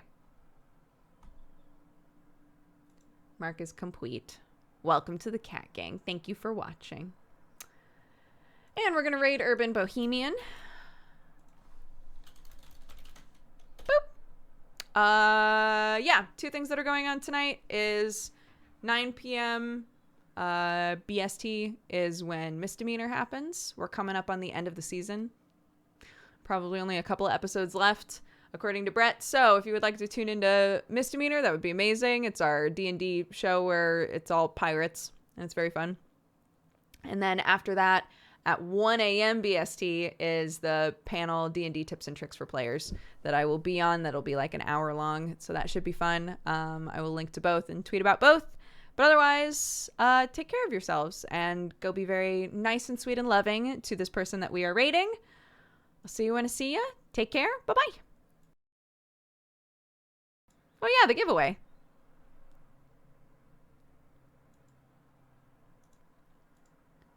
Hold up. We're closing it. And we're drawing. Time Dragon! You won the giveaway. I will message you. Haha. We did it. Avi, I'm giving your points back. I'm sorry. Okay, bye.